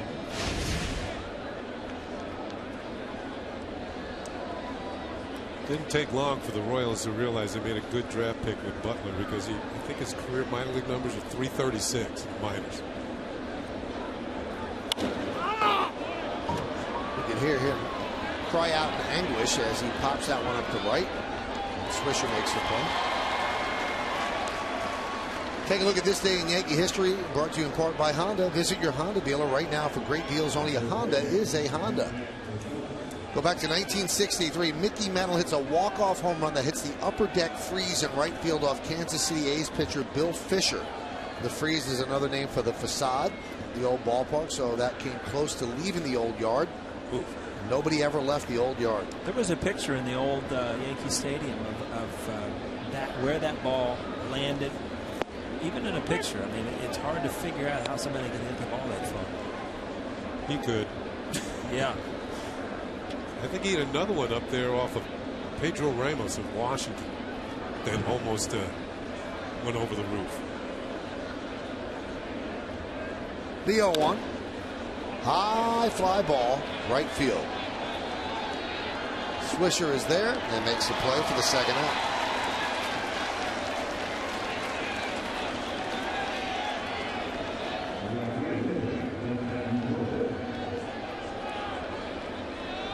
So Phil, 2 pitches away from 100 with 2 outs here in the 6th.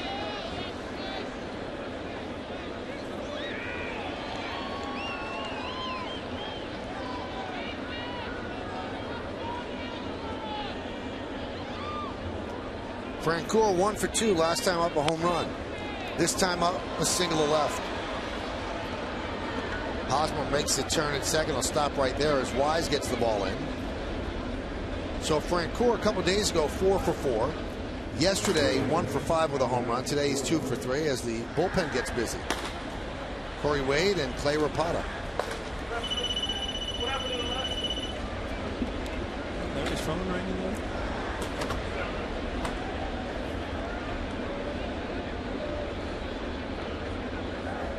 They switch pitchers out in the bullpen.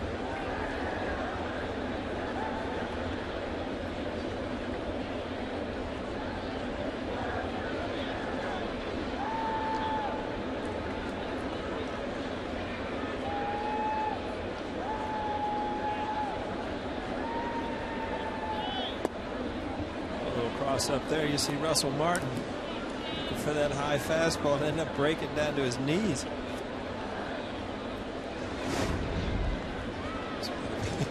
Real difficult for a catcher. You're expecting one thing and you get another. This copyrighted telecast presented by authority of the New York Yankees. It may not be reproduced or retransmitted in any form, and the accounts and descriptions of this game may not be disseminated without the express written consent of the New York Yankees.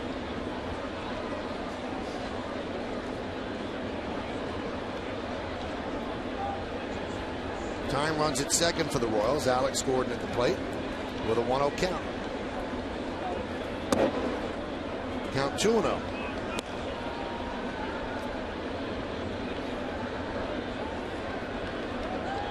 Shaver last inning made some big pitches to get out of a big inning, and Phil Hughes needs to do the same right here. Allow Kansas City to tie this game up. Count 3-0. Irving Falou is on deck.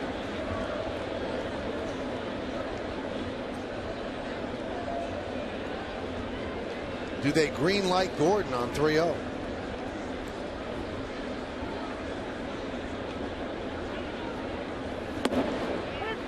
Strike. That strike zone gets a little bigger, 3-0. You mean like anything near? Yeah, vicinity. Well, sometimes you want it that way, so you can get a nice cookie with 3-1. Until you pop the next one up, then you figure you should have been on first base then.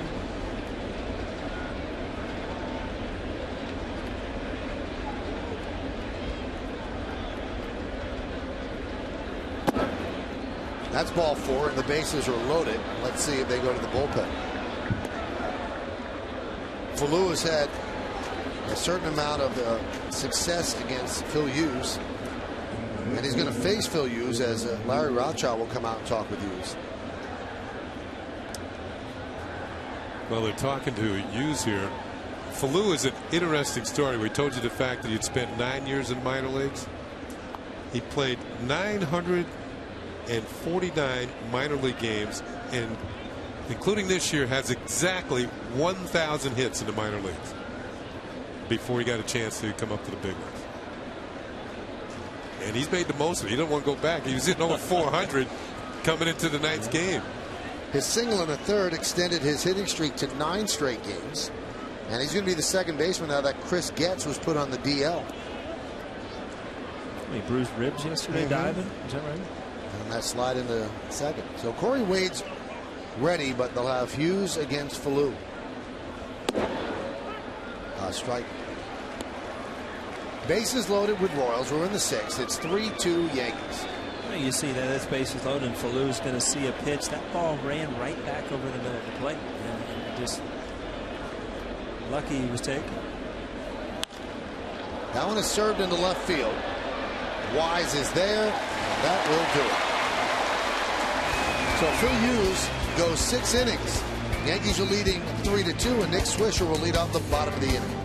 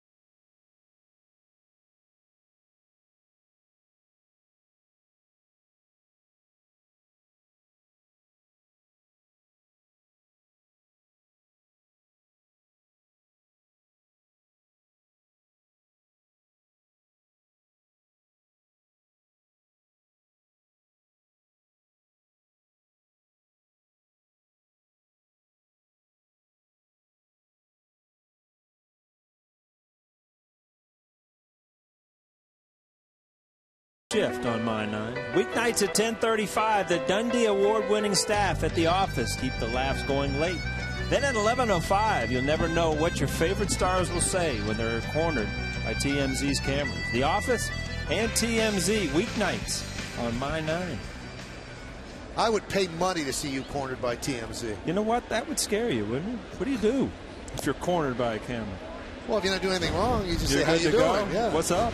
If you're doing something wrong, I mean, what could they do? Catch you on the golf course? Exactly. Eating oatmeal, like, something like that. Yeah. Being in a restaurant eating dinner.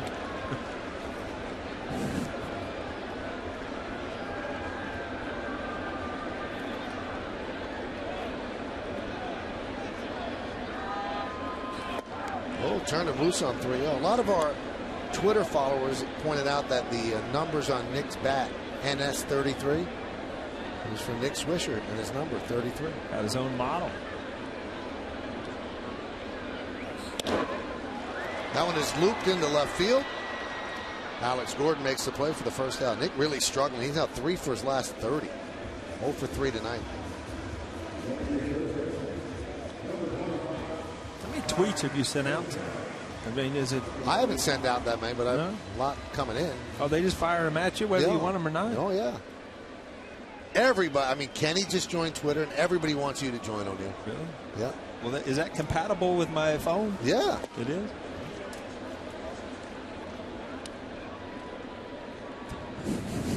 Here we go. Now they're talking in my ear about my phone. No, you got a big boy phone now. No, it's an upgrade, but it's still a little prehistoric. Ground ball to first, retiring Teixeira. And the other one you had was cumbersome. You had to carry the quarters to put in. Yeah.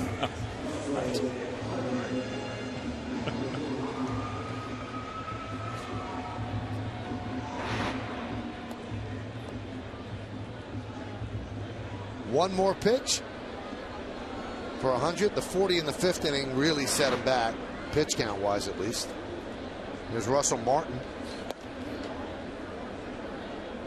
Count 1-0. Dave Island, the pitching coach, calling the bullpen. 1-1. Martin's walked and was hit by a pitch, so he's yet to officially come to bat. He has scored a run as well. His 19 hits and 19 walks this year. So he's gotten on base, but the batting average just 181. You know, and those are the things that you start looking at when the whole team struggles. You know, if the team's winning, they're scoring a lot of runs. You look at Russell Martin and what a great defensive job. Then all of a sudden, you know, when everybody struggles, you start breaking down why the team has struggled. You look at averages, you look at men in scoring position, you look at people's past and what they hit in April and May, and it just goes on. Strike 3, Martin down looking. A strong 6th inning for Hoshaver. We played 6 here at the stadium. Let's go to the 7th. Escobar will lead off, and the Yankees lead 3-2.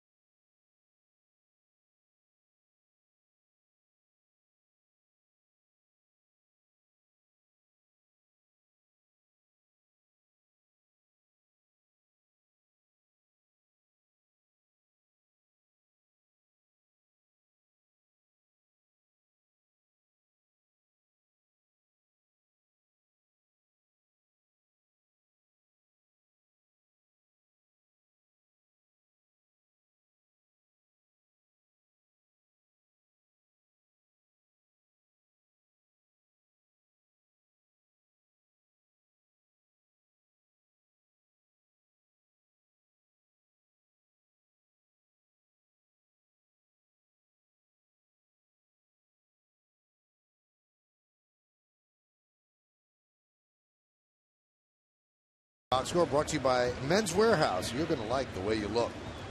Jeff Francoeur with a home run, 2 hits in this game. Irving Falou has scored a run. Humberto Quintero 1 for 2, a double, and a run batted in. Dyson struck out 3 times. Well, the Yankees will now go to the bullpen. Phil Hughes gave them a quality start, 6 innings, and he allowed just 2 runs. So Joe Girardi makes a call to the bullpen, brought to you by Verizon Fios. Welcome to America's fastest, most consistent, most reliable internet. Welcome to Life on Fios. Welcome to Corey Wade. That's had an easy day on the radio today. You know that things are just rolling off your tongue. Just smooth. Smooth. You had no callers today or something? Plenty. Yeah? Plenty. I bet they were all positive too, huh? Oh, yeah. When the Yankees don't score, they're not very positive. Not positive.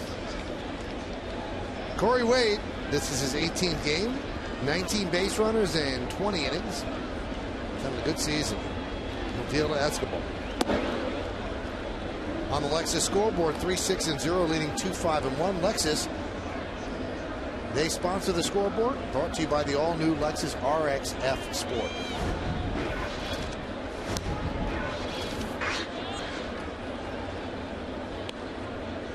Wade, a not particularly a hard throw. I think the hardest he gets is fastball. About 90 miles an hour, but he's got good off-speed stuff. Good slow curveball, good changeup.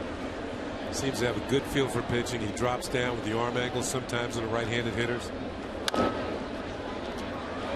Rodriguez to Teixeira, 1 away.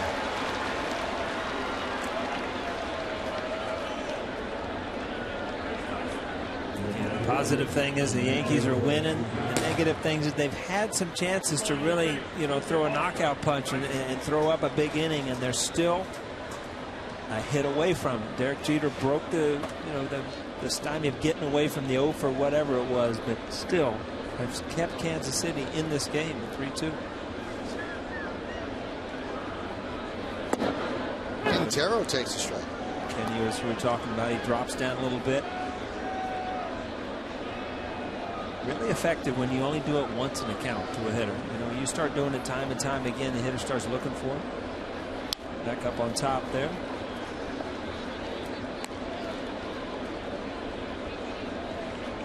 Seen a sidearm fastball, an overhand fastball. He has not seen the breaking ball yet. So you got to figure before this count's over, going to try to get a strikeout with that breaking ball. Left-hander Mijares is warming for the Royals. Slider. And the ground ball to Alex. Quintero's out. 2 away. So he dropped down on that pitch.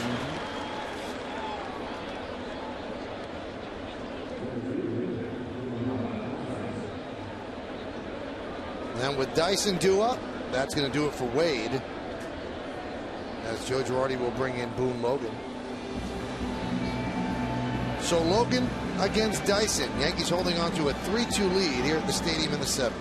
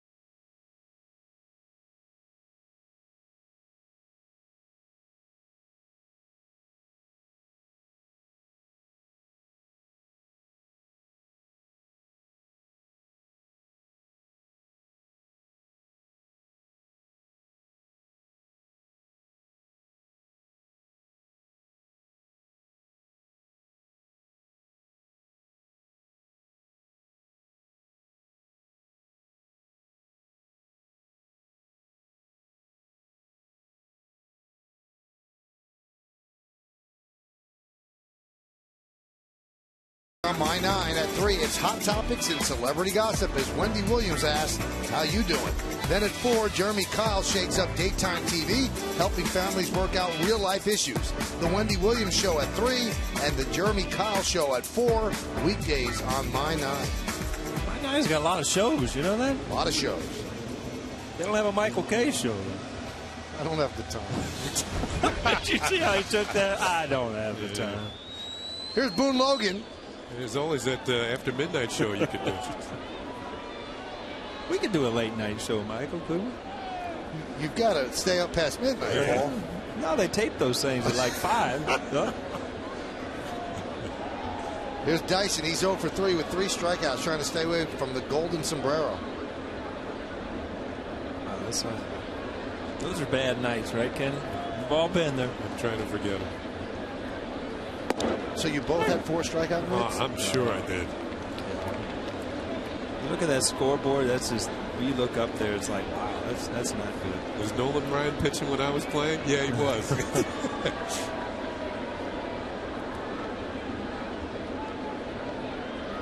I know. I certainly had 3. Now he's 1 strike away from 4. There's no way these nights come up. See, that's strikeout looking, very consistent. Strikeout swinging. He's still smiling. Yeah.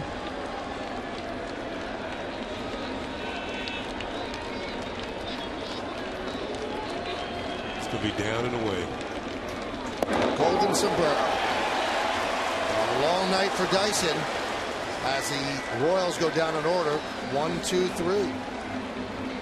The end of 6.5. It's time for the 7th inning stretch. Yankees lead the Royals 3-2, but we'll stay right here and honor America with Kate Smith and God Bless America. And offer a moment of silent prayer as we remember the servicemen and women who are serving our country at home and around the globe. Thank you. Now, join in Kate Smith's rendition of God Bless America.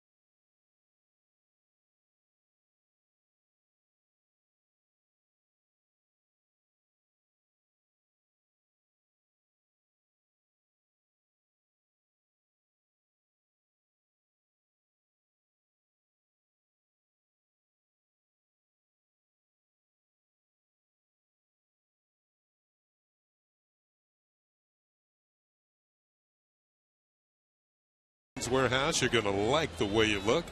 Derek Jeter 1 for 3 with an RBI. Robinson Cano with a home run and a 1 for 2. Alex Rodriguez has a hit. So does Raul Ibanez. Bunt single for Dwayne Wise and Mark Teixeira with a run scored and a hit. First pitch to Wise from Hochevar is in there for a called strike. Wise had that bunt single to move things along last inning when the Yankees scored 2 runs. Make that in the 5th inning. Swings at another breaking ball. Fouls it off. And the count goes 0-2. Wise will be followed by Jeter and Granderson. Here in the bottom of the 7th inning, Yankees leading the Royals by a score of 3-2. On our Lexus scoreboard, Yankees 3 runs, 6 hits, and they haven't made an error. Pitch is fouled off.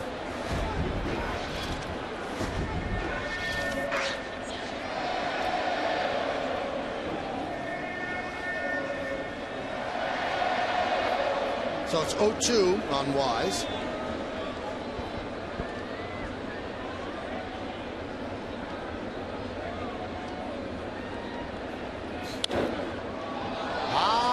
Fly ball right down the right field line. Francoeur runs out of room. All right, we looked it up, guys. Yeah. Kenny, you only struck out 4 times once. You know who it was against? Yes, it was against the Yankees. That's right. 6/25, 1975. You know what, Kenny? When they lead that with Kenny, you only did it once. That means I'm going to get hammered right here. What did I do? 40? Paul, you struck out 4 times on 4 different occasions, all with the Yankees. 1 time against Detroit in 2000. 1 time against Seattle in 97. That must have thrilled you against Lou. Yeah. 1 time against the Royals in 97. And 1 time against the Red Sox in 94. Oh. What are we looking that up for? Huh? I mean, who does that help anybody? We're trying to make Dyson feel better. Twice in 97. That's you know what? had a good year that year, too. Devin looked it up. That 4 strikeout game was against Rudy May, who the next year they traded to Baltimore. The Yankees traded to Baltimore. Now, Kenny, you have such an even-tempered demeanor. Yeah. I think that you probably handled that. You probably internalized it, but you were okay when you got home. It depends on who won the game. I don't remember who won that game. But I can't imagine what Neville went through on those 4 days when he struck out 4 times. The Yankees won that game. Oh, so you were not that thrilled. Didn't contribute. Believe me, Kenny, when you're hitting 3rd or 4th and you're punching out 4 times, things aren't looking good for the offense. Dyson makes the play. I think I was leading off that day, too. Really? Yeah. I tell you what, when I drove back to Rybrook and the house was dark, I knew things were going to be. They didn't want to talk. They didn't want to do anything. Just wanted me to go to bed and mind my own business. You know what I probably did? I drove home a different way after striking out 4 times. Oh, so you were weird, too. I probably got a different pillow or something. Here's Derek Jeter. Big hit for him with the bases loaded. Bloop single right field to drive in a run. That tied the game at 2. And then Granderson followed with an RBI groundout.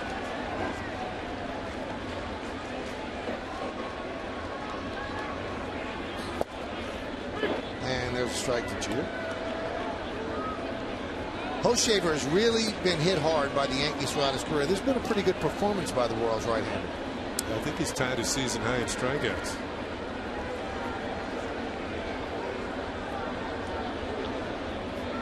He's got 7.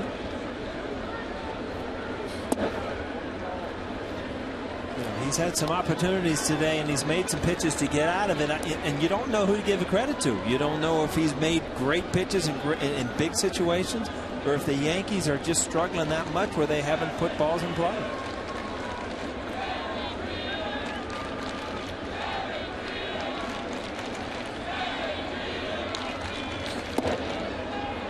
One and 2. Pretty good pitch there. But, you know, there's always something about when you just get, I mean, and we said in the pregame, I mean, he gave up 7 earned runs. 7 runs and 2 1/3 last time, and I think you called that game, Kenny, in Kansas City.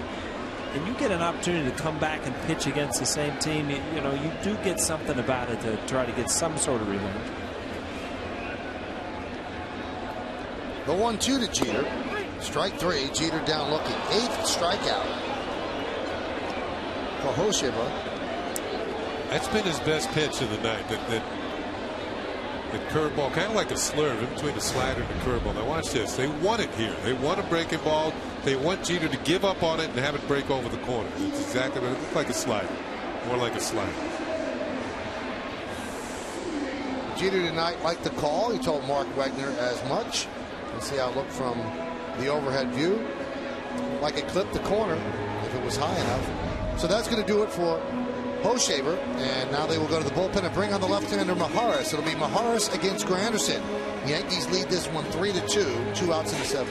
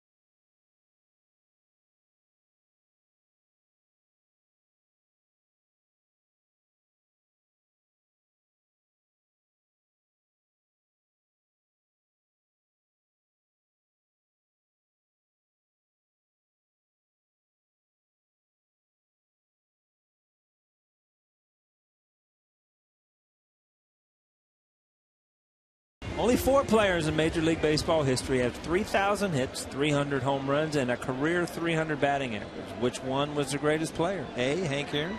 B. George Brett. Willie Mays. Stan Musial. Text A, B, C, or D to 70377 or go to my9tv.com.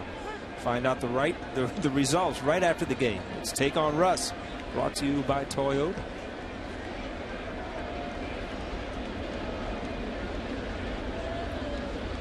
Count 0-1 from Maharis to Granderson. This is a good matchup here. Maharis has done a good job against lefties this year. They're hitting just 152 against him this year and only 205 in his career, but Granderson has hit him pretty well. 5 for 10, Kenny, with a home run. Yeah. So that tells you one thing. Granderson is not fooled by that breaking ball in the dirt. He's not chasing it.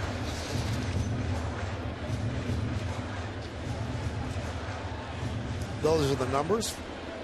His 21st game. Yeah, you might remember Maharis with the Minnesota Twins. The Royals signed him as a free agent over the winter. Popped up. Moustakas called off by the shortstop Escobar, who makes the play, and the Yankees are retired in order with 2 pitchers. So they go down 1-2-3, and we go to the 8th inning. Hosmer, Butler, and Moustakas coming up.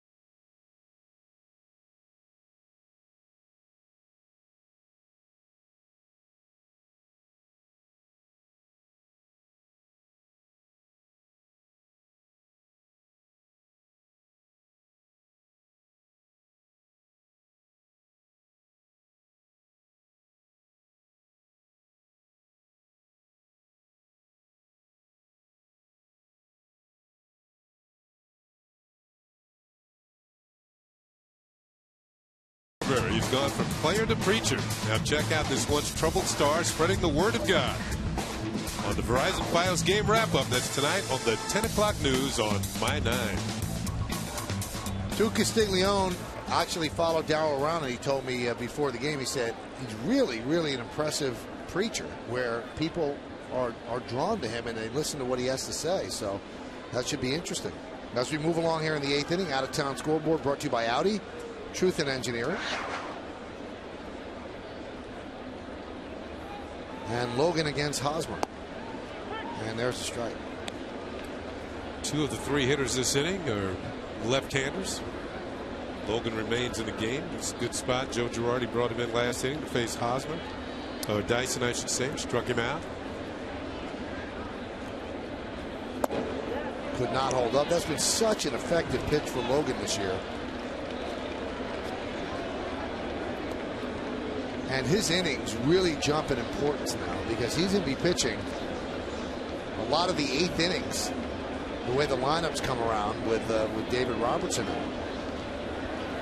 And Soriano moved up to closer. And you go from a couple years ago matching up against specific lefties to being able to pitch the 7th or the 8th inning game in close games. Big adjustment.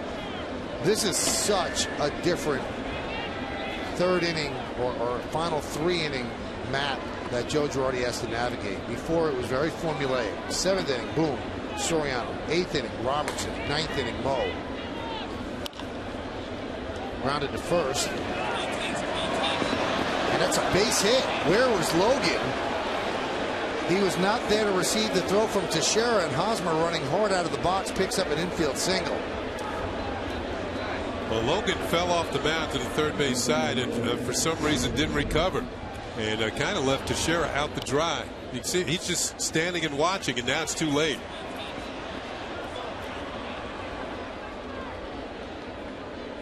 Mark Teixeira, you see, expecting to give him a nice, easy throw. Wasn't at the bag. Well, Joe Girardi doesn't want to risk the lefty pitching to Billy Butler. So he's going to bring in a righty, and then he'll bring in the lefty to face Moustakas. Mix it and match it here in the 8th.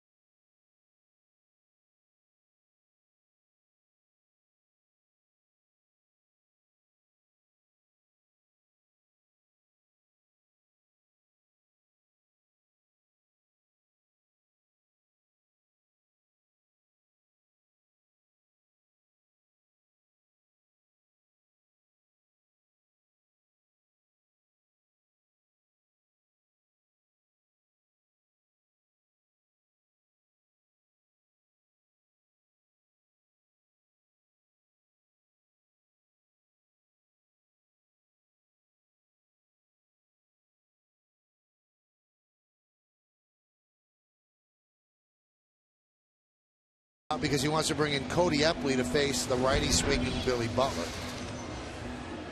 This will be Epley's 9th game. Now you wonder, with Moustakas on deck, and Logan has stuff to get out righties for sure. Was Girardi ticked off at Logan for not covering first base? Well, he's still got Clay Rapata in the bullpen to bring in to face Moustakas.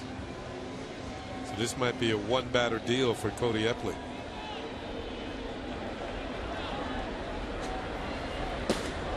Well, that means that in this inning alone, you're going to use 4 pitchers. You said it, mix it and match it. You have Epley for Butler. You've got Rapata from Moustakas, and then you have to bring in Soriano to face Francoeur. Pitch is high, and it's a one-run ball game, so you might have extra innings. Can you get loose, Michael, in case we need you? I don't think so.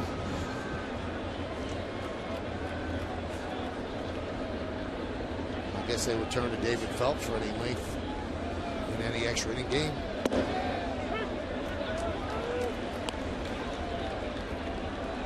Count 1-1.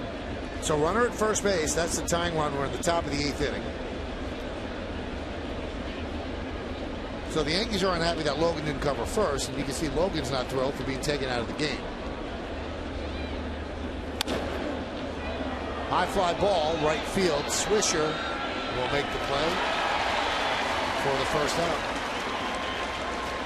I think we'll see number 28 running out there. I think it's a good bet. And there he is. So he's going to bring on the left-hander now to face the lefty swinging Mike Moustakas. Yankees need this win. They've lost 6 of 7, and they're trying to piece it together in the bullpen.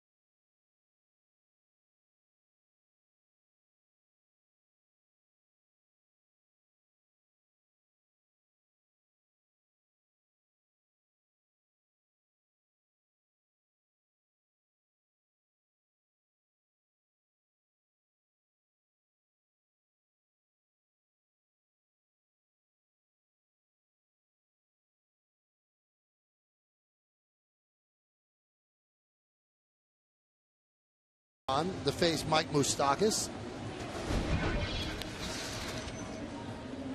This will be his 21st game, so 20 games, 13 innings pitched. He's in there to get out lefties. Opponent's hitting .209 against him. Well, Kenny, we talked about his delivery last night, and that's why he does get lefties out. It drops down, way down sidearm. Very tough for a lefty to pick up. Special D.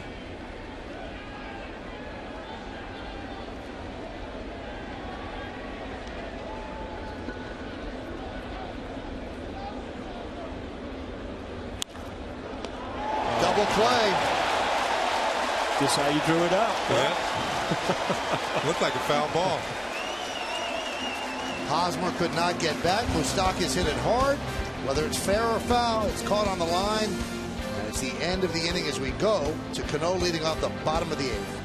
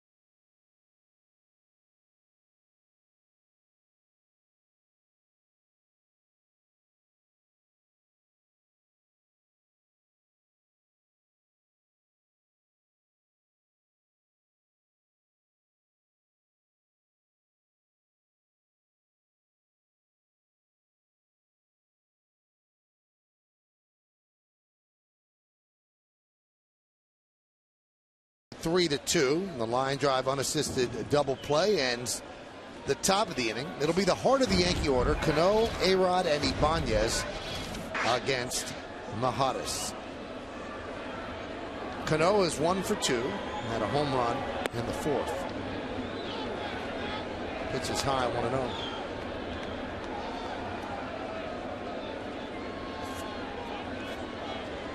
Robinson was intentionally walked to load the bases in the fifth, and that paid off for the Royals as Rodriguez struck out and Ibanez struck out.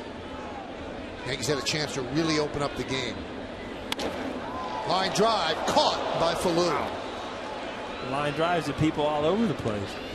Did you see the concentration on Teixeira's face before he caught the ball last inning? Looked like he's ready to take a bite out of the ball. Is this what you're talking about? Look at this. I mean, that's mean.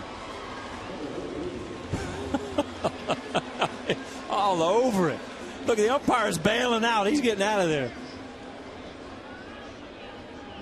Hitting over. Boy, Tex.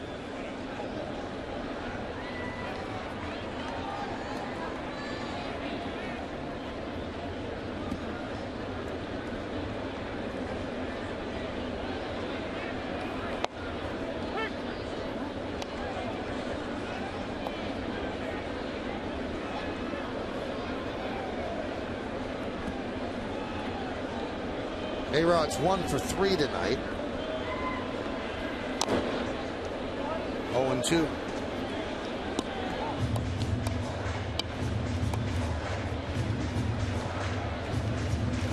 ever notice, Kenny, when you go through these things at the plate where you just don't feel yourself, you look up at the scoreboard and you're 0-2 every time up? Yeah, it really hurts when you step in the boxes where you're 0-2. That's the way it feels.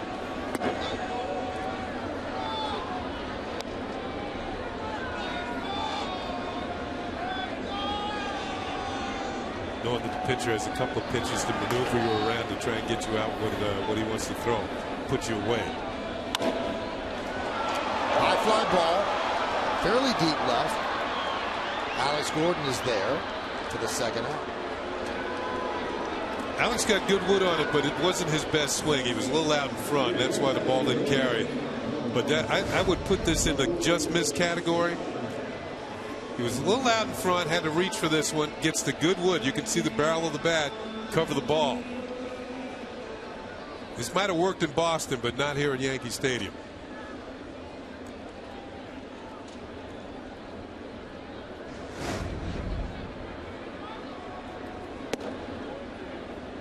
Ibanez takes inside.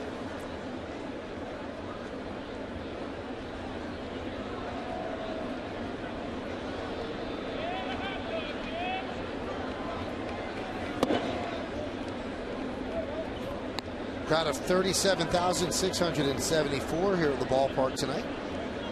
Turned out to be a fairly nice evening. Last night, really miserable throughout the game. What was amazing is last night we expected rain the whole night. There was drizzle when we played through it. And then after the final out, it started pouring. Like a minute after. Yeah. Yeah. That pull, Michael. Huh? I don't know if I had anything to do with that. Soriano will have everything to do with the ninth inning. He'll come in and try to close it for the Yankees.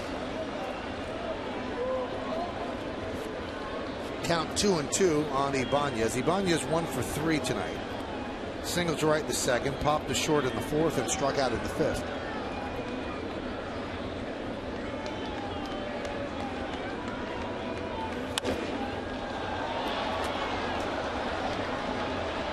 Moving into the corner is Gordon, but he runs out of room. You surprised, Kenny, at all that Andrew Jones hadn't hit here late in the game? As the designated hitter? Yeah, maybe.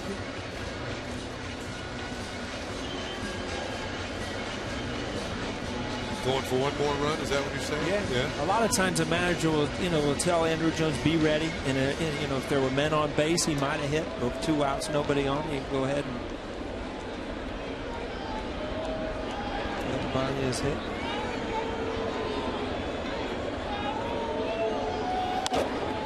Popped up, shallow left. Gordon comes on to make the play, and the Yankees go down in order against Mahadas. Ninth inning coming up. Soriano coming in. Francoeur, Gordon, and Falou as the Yankees try to pick up a win.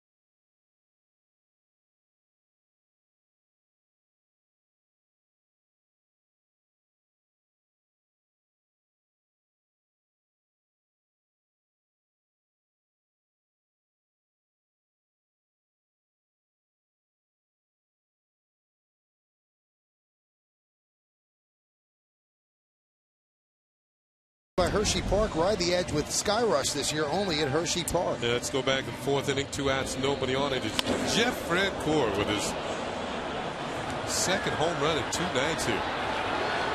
That's his 3rd home run of the season.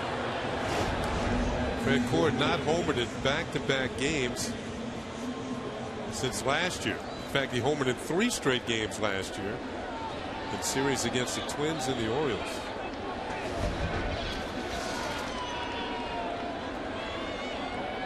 Those are the numbers on Soriano. 2 for 2 in save opportunities.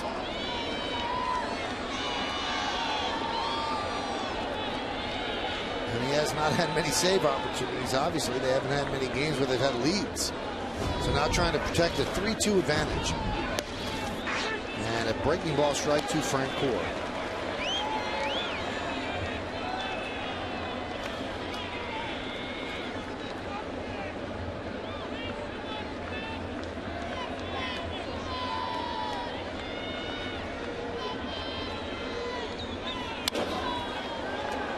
Fly ball, center field. Granderson will put it away for the first out.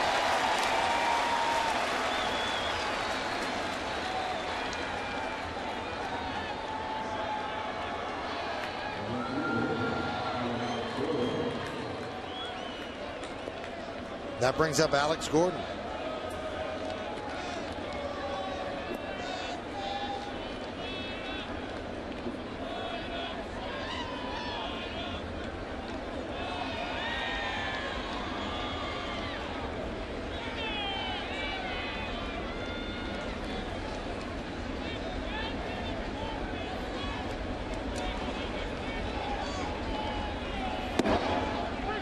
Strike.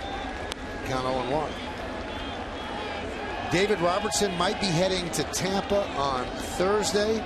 No timetable yet set on his return. Brett Gardner is going to go undergo an MRI at some point on his elbow issue. He also might be heading to Tampa on Thursday as the Yankees are heading to the West Coast. And if the MRI shows everything's okay, you could start the clock on Gardner coming back. But neither is really terribly close in terms of meeting them on the West Coast. I don't think that's going to happen. And the problem with Brett Gardner, and Kenny, you know this also, is the farther you get away from the game, yes, the longer the rehab is going to be to get back to where you were. In game shape, yeah. The only thing I think of with him, though, his elbow, he can still do his running. Oh, yeah. Or treadmill or whatever to keep his legs in shape. And we all know that that's a major part of his game, is his ability to run. The 2-1. Line down the right field line. That's going to be trouble. It's a base hit, and it bounces into the seats for a double. Now, that's obviously a ground rule double. It didn't go into the seats, but it hit the screen attached to the pole, which automatically is a dead ball. So it is a double. Here's what Michael's talking about. Watch the ball hop up. Boink. And hit it right back to the field. And once it gets over the height of the fence there, hits the pole, becomes a ground rule double. And that hit the pole, not the screen. All of a sudden you see Soriano. I mean, he's in a jam here.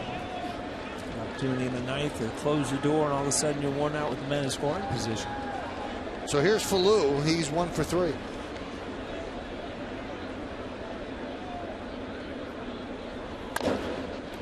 Chopped up the middle. Jeter's right there. For the second out, moving to third was Gordon. The Yankees 1 out away. Tonight after the game, meet the new Darryl Strawberry. He's gone from player to preacher. Now check out this once troubled star spreading the word of God on the Verizon Fios game wrap-up tonight on the 10 o'clock news on My 9.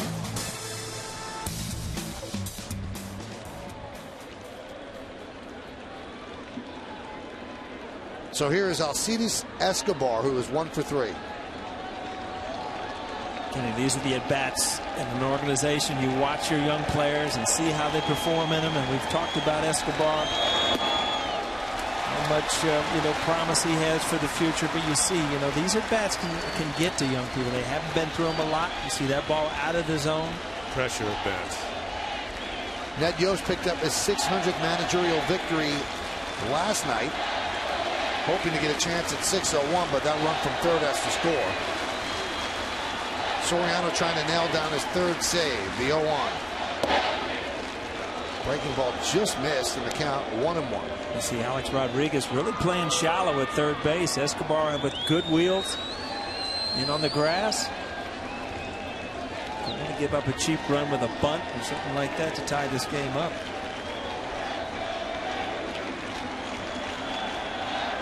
The 1-1. And now the Royals are down to their final strike. He wasn't happy. He felt he should have hit that, but that was a pretty good fastball, 94 miles an hour. That was about belt high out over the plate.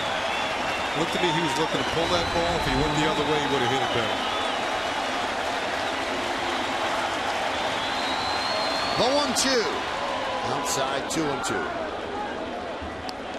Nail-biting time for the Yankees and their fans. The Yankees have lost 6 of 7 games.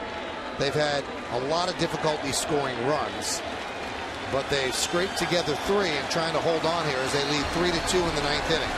The tying run 90 feet away.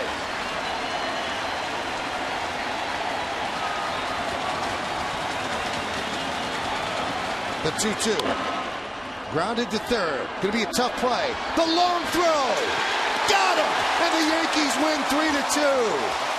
They just got the speedy Escobar to end the game. So the Yankees can exhale, and Joe Girardi maneuvers the bullpen. He uses 5 relievers, and this is the final out. There's nothing but arm strength right here. Alex Rodriguez flat-footed. Escobar, a good runner. Bang, bang play. Time to go home, Michael. And I mean, Alex knows as soon as that ball gets in his glove, he's got one option. That's to get rid of it quick and strong. Brings Teixeira right to the tip of his toes, but the throw did beat him. Good call. Good call by the first base umpire, Mike Muchlinski. And that's the connection that ended it. A good strong throw by A-Rod and a big stretch by Mark Teixeira just to make the catch before Escobar's foot came down. That's how close it was, but the Yankees will take it. They win this one 3-2. We've got so many things that we still have to do. You stay right where you are. You hear the awards and then the postgame with Russ.